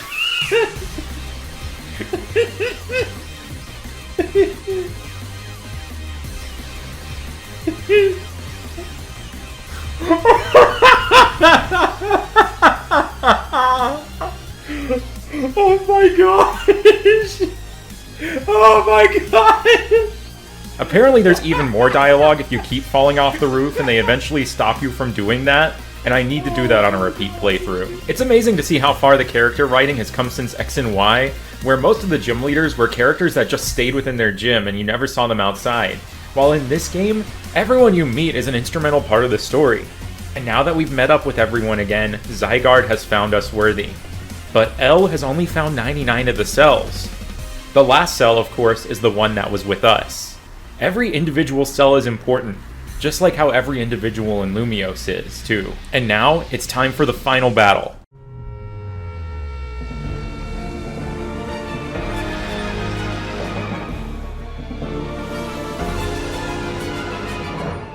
Hyper Rogue? This is crazy! What is this battle, man?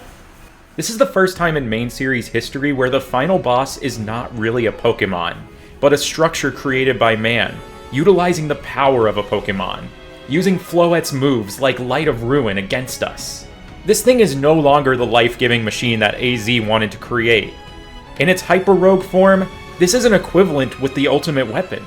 I'm doing barely any damage. I'm just so cooked. Type matchups don't even exist against these flowers. Everything is just normally effective. These flowers are genuinely very resilient. Okay, at least Giga Drain, we get a ton off of it. That's good. As you take down these flowers on the ground, the game occasionally switches over to Zygarde, where we get to use its signature moves. Whoa, 1000 Arrow? This is insane. I'm Zygarde. Oh, it's the ultimate weapon. Let's go, Zygarde! Alright, Absol, it's up to you. Spin with me, spin with me! One more time! Back to Zygarde. Land's Wrath. Can we use Core Enforcer yet? Yeah! Let's go.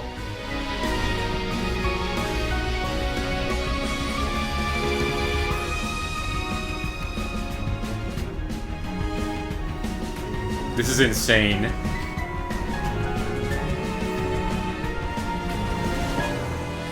Z! Oh, that's so sick! No, that's a Z move right there. But of course, it's not over yet. Every bond we've made in the city, including the bond with Zygarde, it's gonna form an ultimate weapon. The petals are gonna open up.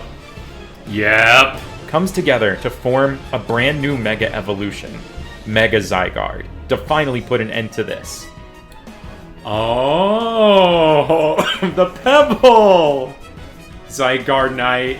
Yeah, let's go! Every part of this last thing is scripted, just like the Paradise Protection Protocol battle from Scarlet and Violet. But man, does it still feel so cool. Every little UI touch is so nice. What is Mega Zygarde gonna look like? With every connection that we made in the city, with every fist bump, we are solely responsible for making Mega Zygarde exist in the first place. While Anj and Floette can be seen as the origin for the phenomenon of rogue Mega Evolution, true Mega Evolution lies in something else entirely. What? And in this moment, I realized that this game isn't just Legends ZA. It's not just X2 and Y2. It's Pokemon Gun. It's a cannon? Oh ho ho ho! Nihil Light. Nothing? X and Y Z. Oh! And just like that, order is restored to Lumiose City. Fireworks! So pretty! Just like at the top of Parfum Palace. And that's the main story of the game. Tawny and Floette come down from the tower unscathed, and we see AZ one last time. As the credit song from X and Y, Kiseki, starts to play, AZ is finally free from the burden of his creations. Dang! I know it's not over yet, though. Kiseki! It's not just one person who brings about the return of the city to order. It's everyone we met along the way.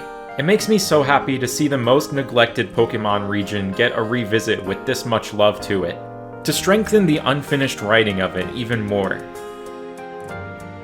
Hideo Kojima? Was he just listed there? I saw Hideo Kojima in the team here for this game. What the heck? Carlos! No Toby Fox in this one. As I watched this whole credit sequence, I thought about what else we still needed to do, too. Who was Tawny looking for, though? We don't know yet! We don't know yet! There's more! There's more! Who was Tawny looking for? And how do I catch Zygarde? We're going back to the title screen now. Oh. Oh, the A is... Duh. Oh, look. There are roots now. Is AZ gone? He passed away? Wow. Wow. That's an insane way to just start right after the credits? That's crazy. Going back to the reversal of life and death I was talking about earlier, finally being able to rest in peace is the best possible ending for him, after living a long, tortured life. Lucario. Oh, that's his Lucario that he lent to us. And the letter from the Lucario mentions a character who I hoped would make an appearance in the game, who will be making an appearance in the DLC. Karina. It's Karina's Lucario. And while he reminisces in this letter, he mentions something that I don't think he dropped randomly. The darkest day is tied to the firing of the ultimate weapon. The darkest day? He remembers the darkest day? I talked about the lore of the Max Lair in a video last year, and I believe that the ultimate weapon is what caused Eternatus to wake up from a 17,000-year slumber and bring about the darkest day.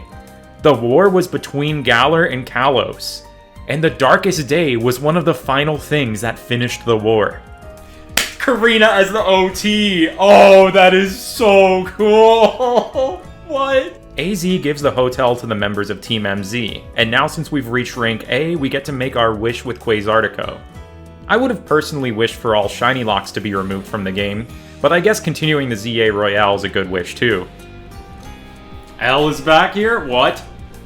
L tells us that he remembers the two legendary Pokemon, Xerneas and Yveltal, and the Mega Power attracted them just like the other wild Pokemon, so we have to capture them before they cause any trouble to the city. I was hoping they'd play a larger role in the story, or at least get Mega Evolutions. What do you mean Xerneas is gonna be here in the park? Oh, it's in this form too! I want to learn more about this form. We hardly ever actually see it in this form in anything. It's always colorful when it enters battle. They're pretty easy captures, and it's funny seeing Yveltal on top of a shopping mall. Dang, it's just stands up on the ground. But what happens after we catch both of them more than makes up for that. We battle Lysander! Oh, let's go! Oh, his other eye is open.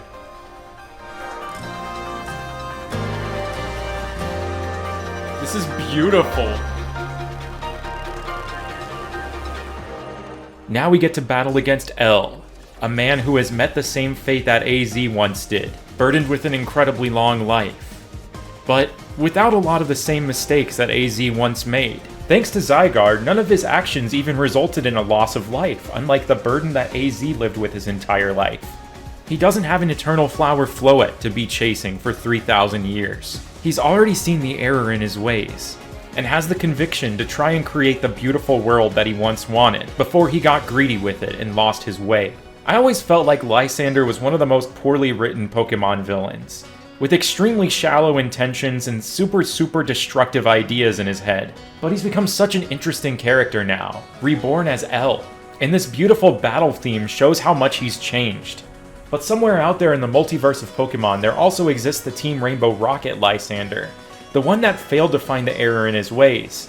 I constantly wonder if these two will ever cross paths, or if we'll ever cross paths with L again in the future, since he seems to have a very long life ahead of him. Here we go! There's his Gyarados! Perhaps there is a beauty to this world. Dude, the Lysander redemption arc is insane.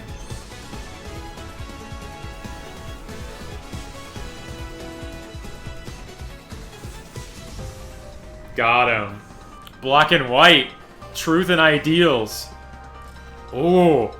Oh, what is this battlefield? How am I gonna win versus this? How am I gonna beat this? After defeating L, we fight Zygarde, but I wasn't strong enough yet.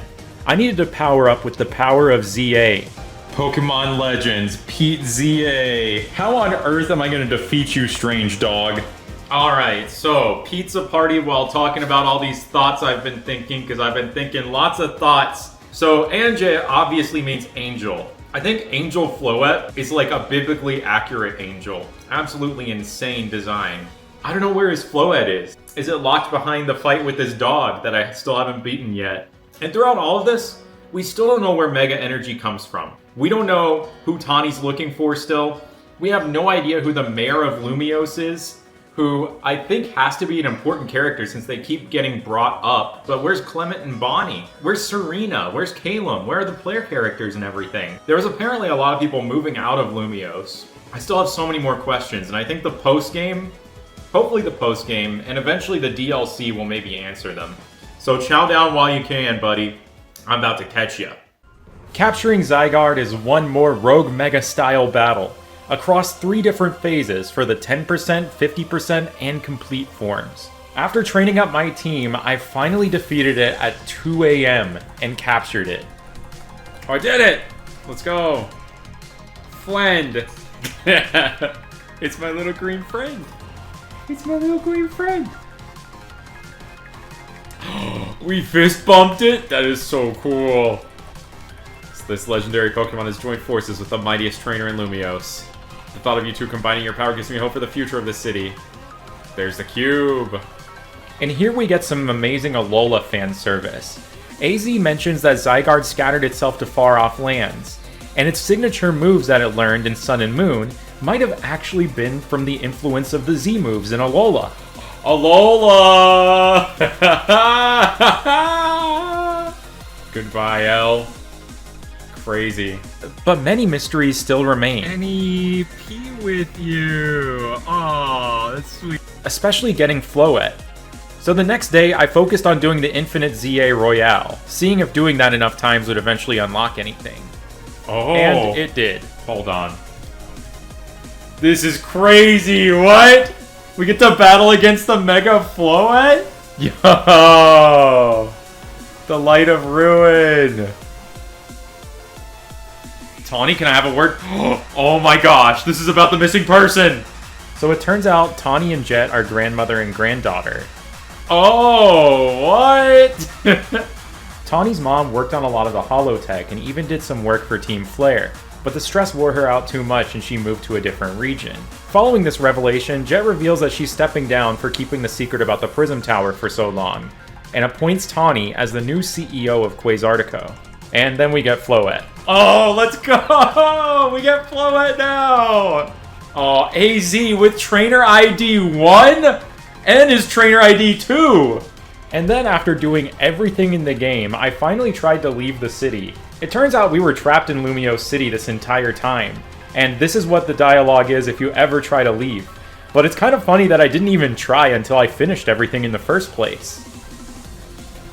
What's happening? What is going on? I'm on a bench again? What? I can't leave the city? What the heck? I celebrated my victory by having a bunch of plates of Kalosian snacks. And then I spent 2 whole weeks of my life looking for a shiny alpha Phalanx and I didn't even get the right shiny alpha. Is that shiny alpha Froakie? Is that shiny alpha Froakie? What? And I tried to complete the rest of the Pokédex and do the rest of the side missions. Ride or die. This is some of the greatest news I have seen. Emmett and Ingo, back in action, baby. Is this Volo? Is this Volo Legends Arceus? Not a sky battle! This is Volo! He's evil! Wonder who his daughter is. Is it Shauna? This is some of the most insightful dialogue in the entire game.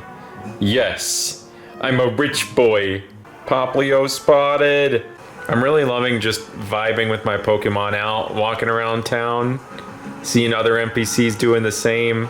So often we just see cities in these games, and we imagine people live with their Pokemon here.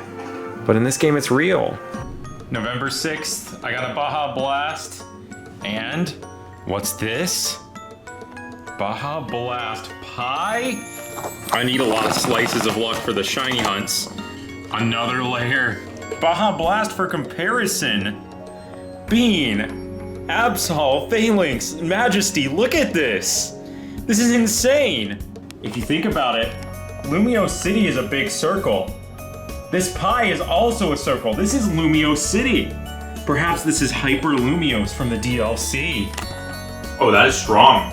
The crust makes it good. You definitely need some of that crust action. It's definitely not one-to-one tasting like Baja Blast, but I think that's a good thing for the pie. It's just a nice, refreshing citrus flavor. Pikachu finds it certified delicious. It was this day that I found out that there's another side mission that's unlocked for clearing the Infinite Royale 20 times. She's been expecting me! Le super tournoi de Jacinthe. Oh. The O stands for only. And for winning this, we get the ability to battle her infinitely whenever we want. Yes! Yes! Level 100 gauntlet! And now truly the most ironic thing happened after spending 2 weeks looking for a shiny alpha while I was just trying to complete the dex. Shiny alpha Lopunny? What? I was running up to the rooftop to go for the Fennekin, and it's shiny. It wasn't shiny earlier. This is my first fixed alpha in this game. That's crazy. Well, there, just totally randomly, instantly cleared, bro. Like insane. Oh, look at that thing. God. I perfected the art of photo mode with this Lopunny though, learning how to preserve the sparkles to get the perfect camera shots. Okay, I'm glad that I caught it. Nature guess mild. Calm. Mega Evolve. Dang, what a cool Mega. And Giant too. I also did this Emolga side quest where I grew attached to the thieving Emolga that kept stealing the Pecha berries. It has nowhere to go. Aww. This little thief won't have to steal any more food when it becomes my friend. So I caught her and named her Momo, and I'll be using her on my team in the DLC. Some shady character taught Quasartico how to make Mega Rings. Why are we getting lore from this bug side quest right now? There he researched the origins of Mega Evolution. Rayquaza. I'm glad I'm doing these side missions right now. And now before the DLC, one critical task remains. Trying croissant curry.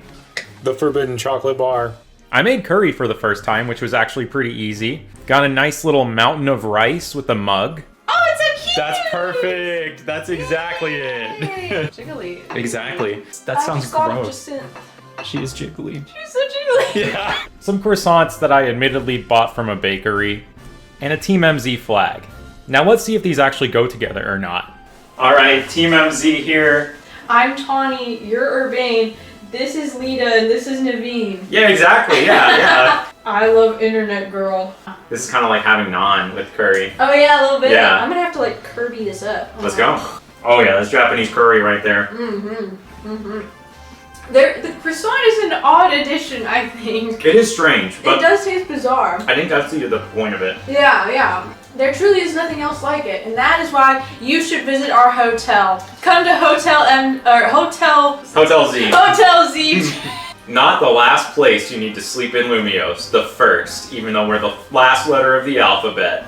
First place in flavor and class. Last place in alphabet. Please come to our hotel. We need the business. We can't afford more croissants or curry. I actually have something I need to tell you. Did you take out a loan with the Rust Syndicate? Alright, we're about to get the trade evolutions right now. Yeah! After Legends Arceus, I was kind of sad that there was no linking cord in this game that allowed you to get all the trade evolutions without actually having to trade. But I guess since that game focused on completing the Pokédex and it's more of a side task in this game, they didn't include it. Hopefully that'll show up in the DLC. And check it out! 230 complete! Let's go! I did it! But I don't have all the Mega Stones yet. Wait, Kotatsu's online. That's me. Matt's online? Dude, that's crazy. And there's Matt. That's me. I'm here. And with that, that's the end of this movie. But we have something new right on the horizon. The Mega Dimension DLC. And here's my reaction to that. That looks like Diantha's kid or something. Wait, what? There are two different trailers? Alright, let's watch the first trailer here, I guess. Okay, wait, key art right here. Karina! Karina's back! Oh, let's go! Who is this Hoopa girl? She reminds me of Sabi a little bit, but you know, without the Cheryl DNA. The smug look on her face. What is this place? Oh, this is crazy. Corviknight, that's cool. Annihilate? Alright, here are the Paldean Pokemon that we're missing. Level 150? Beyond the Pinnacle of Power? Are we going beyond the Pinnacle of Power? Corbo, let's go. Everyone has roles in the story again, like Emma. Oh, I wanted more shenanigans. Karina! So cool, man. She has so many Mega Stones. She has so many Mega Stones now. Oh, this is where all those weird Hollow trainers come in, don't they? That we've seen so many. Baxcalibur? Okay, Mega Baxcalibur confirmed. Yeah, there it is! Mega Chimecho? It looks like Klefki. That's so cool. Musharna? Hyperspace Lumiose could eventually swallow the whole city. Dude, this is cool. December 10th? Dang, that's soon. That's soon. Oh, I gotta lock in and finish the movie before then. Crap. Galarian Mr. Mime. Dude, Glyzapod! Let's go! This is crazy. Ale Hoopa Ring. This is so funny. What? Donut DLC? Look at... Oh, it has all the flavor profiles. Fresh? Fresh instead of dry. I guess you don't want a dry donut, huh? Volo. Volo! I feel like it's gonna be him. And one final thing before I go. I have a theory. I think Ansha and Diantha are the same person. Lysander and X and Y had this weird conversation with her about eternal youth. Both of their names are taken from the same carnation flower, and the movie that Diantha's been starring in is about the suffering of a carnation. But I guess we'll have to figure that out soon. Thanks so much for watching, and I'll see you next time.